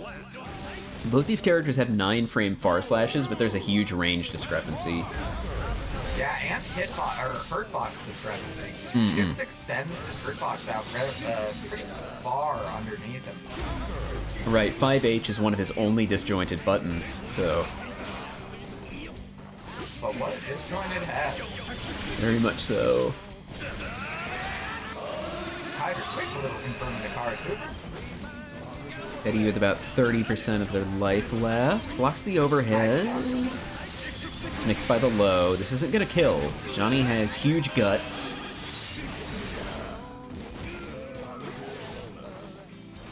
Hydra. Looking for super. Hydra. Using the rope.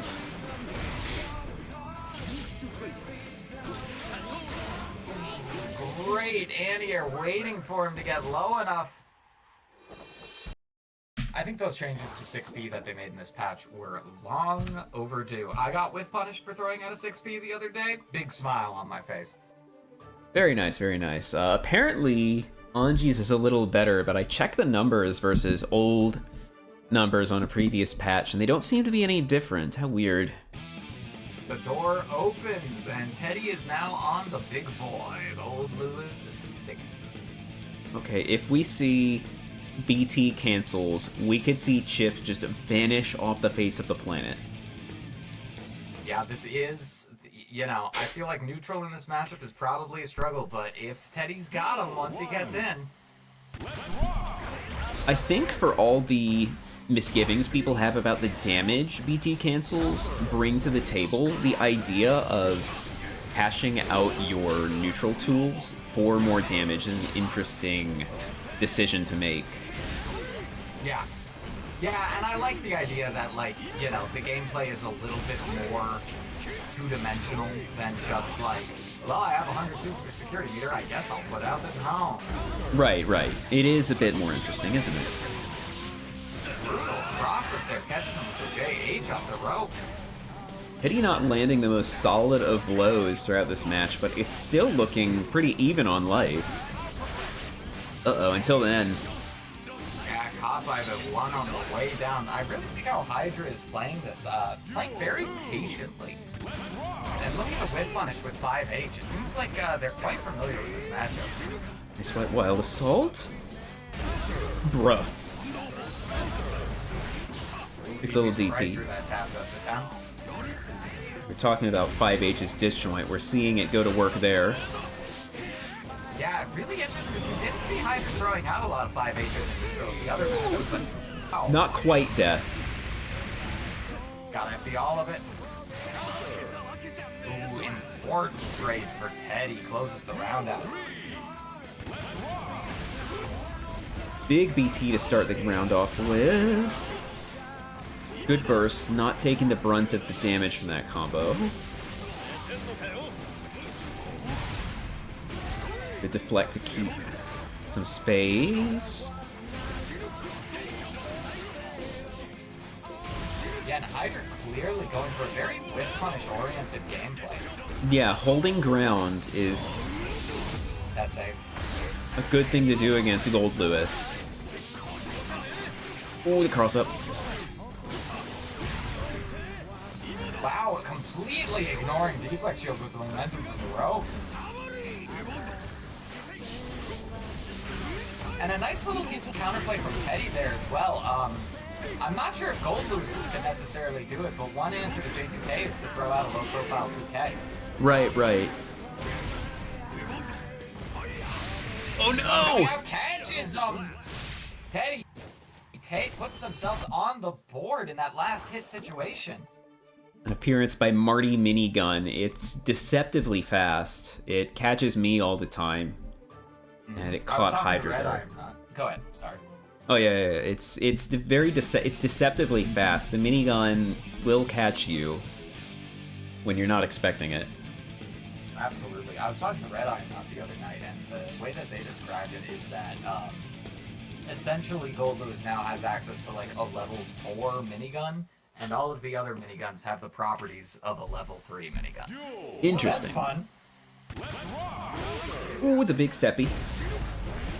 5K is it's a very interesting button. Yeah. Oh my gosh. Calling out Marty there. Straight to the rope, not blocking the overhead. Going through the wall. Now even on resources. Positive bonus quickly changing that though.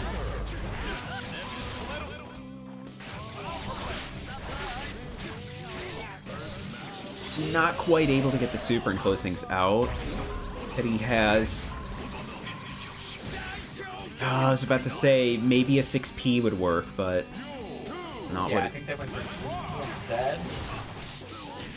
Goldlewis' 2P is a functional anti-air. Trying to bait the DP. Hydra's been very eager to use it. Like so.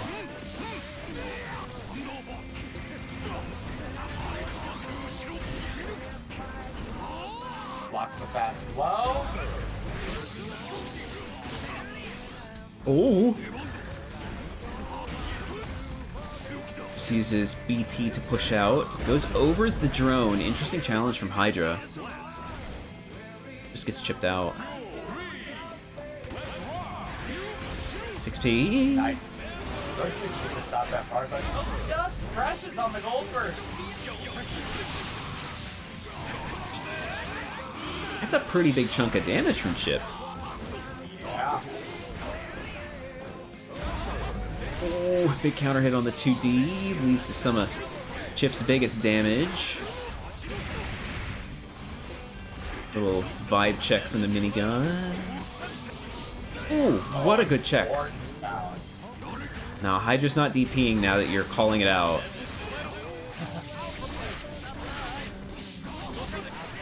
Ooh. Not quite able to close it out. Being quite wild, saw meter to back it up. Yeah, Teddy has meter to spare. I feel like if Teddy gets one more check on a Rekka... Oh, it doesn't! Doesn't manage to find the magic check. Hydra, 2-1. We'll see, will the door open? No, we're sticking with the big man. The door does not revolve. Gold Lewis Dickinson. Potentially the last time in this tournament. I guess the revolving door doesn't open. Well, it depends on how you look at it. Yeah, that's true. That's true. It becomes a philosophical question, the philosophies of the revolving door. Okay, now that... See, now that he knows you're looking for DPs, he's not gonna do it until he does do it. Crosses up the deflect shield. Really rough. Takes an important resource away. Hydra has a big health lead to catch up on, though.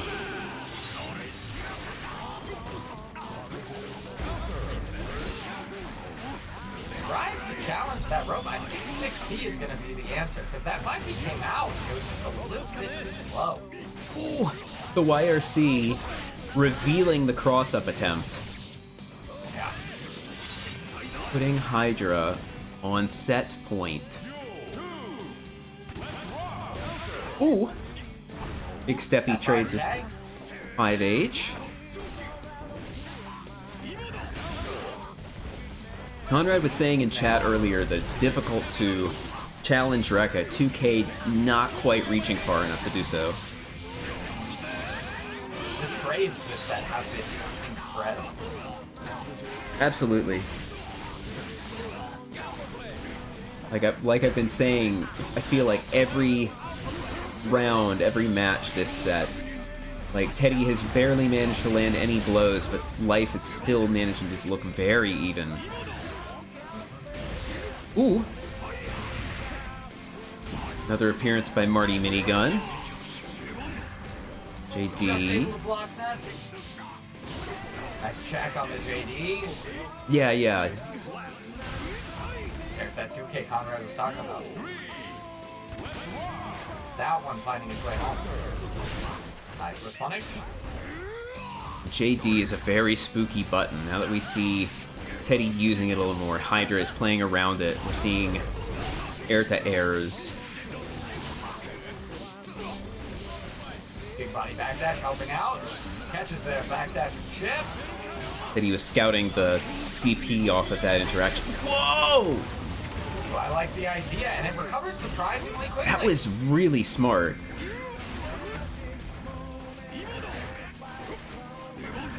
I feel like, though, I don't know if it was as smart as maybe it appeared to be, but it's definitely a good, interesting piece of knowledge to have. That command grab. That command grab is so active. You need to backdash so late to deal with it. Not quite able to confirm into the 684 kill. Both these players under a lot of pressure, both mentally and in the match. Hydra not able to pick up off of the yeah. Not able to pick up off the Gamma Blade, saw it, but just wasn't able to get there. And a back throw is going to put this at 2-2. We do a little scramble here in WeebCup. Teddy potentially could turn this around. It's been Hydra's game all set. But Gold Lewis's damage, the sheer amount that he's dealing, just crushing Chip. I've said it before, I've said it again, I'll say it now. Not a whole lot of interactions on Teddy's part, but still life managing to remain fairly even despite it all.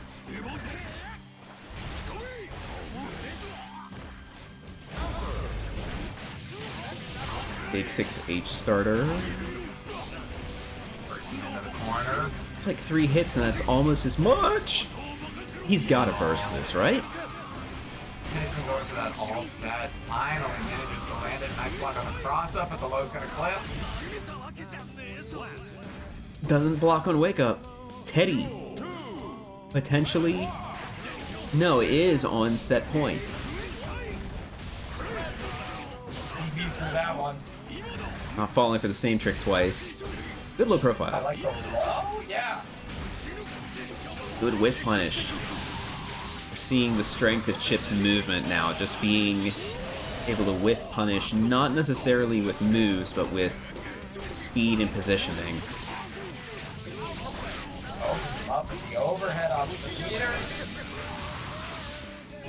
Keeps trying to run a more positive bonus. Goldblum's not quite gonna build a 100-meter. Turned around? Up, No, it's not going to reach. It's not going to reach. It's an interesting idea.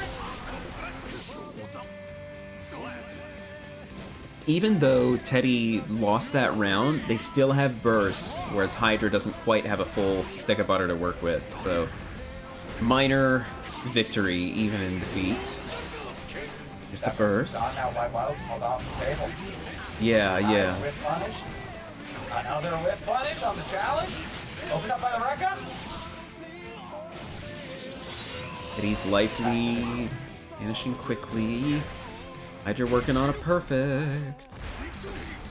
Hydra being very patient, just using 5H, far slash, just planting their feet. That's that. Closing it out. With the 7 golden letters. Hydra able to hang on for the victory. Very nice, very nice. Okay, Teddy, number 1 seed, finishing 3rd, while our number 3 seed is potentially in a spot to take the number 1 slot of the results. Conrad, sitting on winner's side of Grand Finals. Hydra moving on loser's side of Grand Finals. How's the room looking? Conrad moving into place. Player 2 side. Yeah, a little run back here for Hydra. Going through the Nago gauntlet in this tournament.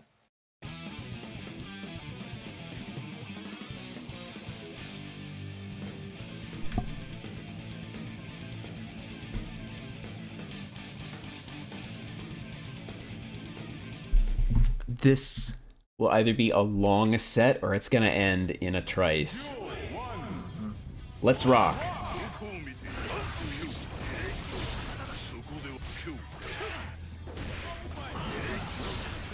Already down to about 30% life. Hydra takes the corner. Ooh, good. Wow. Ballsy shot on far slack.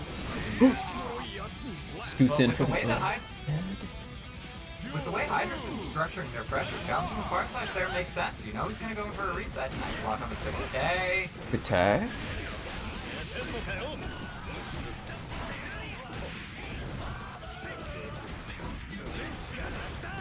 Ooh, doesn't have the meter.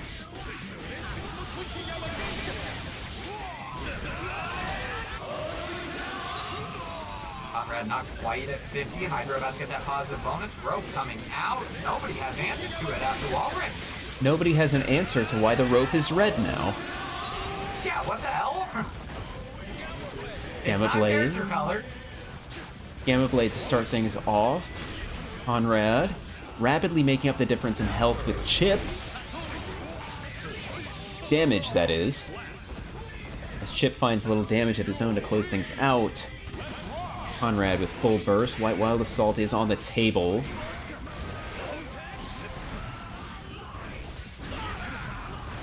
Ooh. Ooh. Big sweep. Especially at that blood level. 5H normals are in play. Crucial trade with the 5P there for Conrad. Health was about even, but just a little bit of chip from Conrad goes a long way. Takes a huge chunk out of Hydra. Hydra with resource advantage and the big 10% bonus from positive. These pokes are just doing so much, wearing Hydra down. Gonna close it out with the super though. I would have been so surprised if that hadn't killed. Yeah, I was a little worried. We see some spooky things in this game here, this Guilty Gear Strive game we play. I think Hydra right there did a very good job. You know, we've seen a lot of this kind of high blood pressure set up the wall, 6-8 pressure render from Naga throughout this tournament. And Hydra, I think, is one of the only people who has taken a proactive approach afterwards, immediately challenging with a far-reaching button. Naga was spaced and pretty minus after that. So if you've got something like a 9-frame far slash or Eno's 10-frame 2S, that's a great spot to press. And that's against which button? After he ends pressure with 6-8. Okay. It's a little space independent, but normally you'll be good there. It's definitely more fun. Oof. Oh no! Oh no! Compared to the last round that was so dragged out, that one ended in before even the main lyrics of the song could kick in. Ooh, big catch! Oh. The privileged close slash. Hey, yeah. Just about over.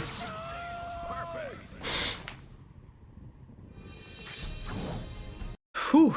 One of Eno's win quotes is, "At least you made it to the bridge," which realistically in this game, that's not happening. Yeah. If Bike and Seam is happening, nah, no way.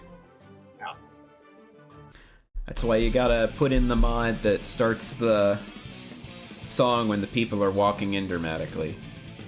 Yeah, crucial.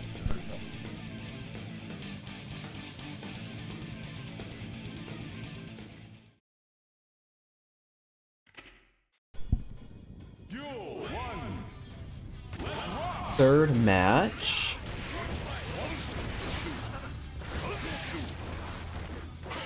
Ooh. Huge backdash on that 2K. Conrad really likes going for that super jump empty 2K, and that's a really good response to stuff like that. Ooh.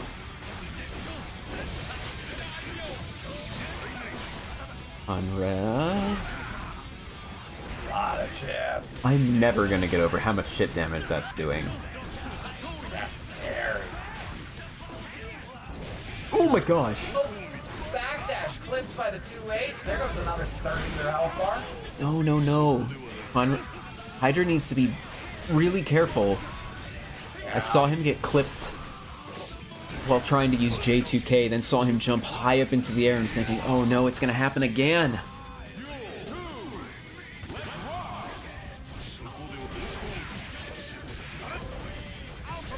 Ooh. Oh, that's fucking brutal.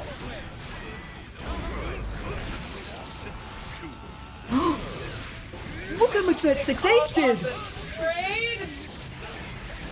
Oh my gosh!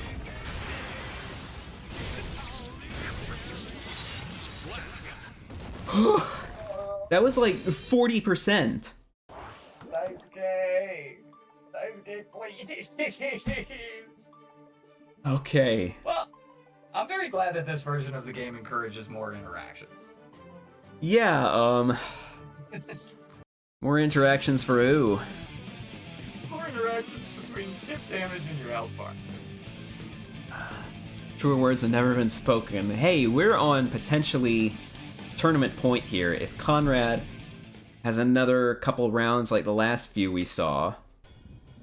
But This would be over before Soda finishes speaking. sorry, I beat the round to the punch at the very least. Look at these adaptations expectations to J2K. Really good work from Conrad. With 2K check on chip. Dangerously high. The meter management from both Naruto has been really good. It's not gonna go up. No, it's not. It's starting to go down slightly. And he prefers to keep the corner. You better kill him. I don't think a kill is gonna happen. It's gonna be very close, but I don't think it. No, not gonna happen. Conrad doesn't have much blood to work with though, so his options are limited. He has meter, he has burst. Hydra. No, this space is the diagonal alpha play punished for with a 5-8. Conrad on tournament point. Burst it into the corner against Nagaruki with low blood. Oh, no. Him up with the Beyblade. Conrad not managing to get the anti-air that time. Hydra's playing a very dangerous game.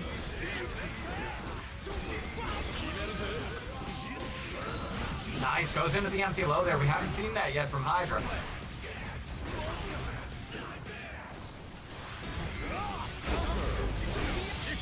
Nice, uses the whiff on the 2S to close the gap counter. Hits the far side, it turns into the wall. But Conrad sitting on 50 meter. Opens him up with the low. Hydra staying in it. Slight burst advantage. Doesn't matter too much, but Conrad now back up to White Wild Assault. Range to threaten. Runs into the throw after the JH. Hydra's risk is not as cranked as it was.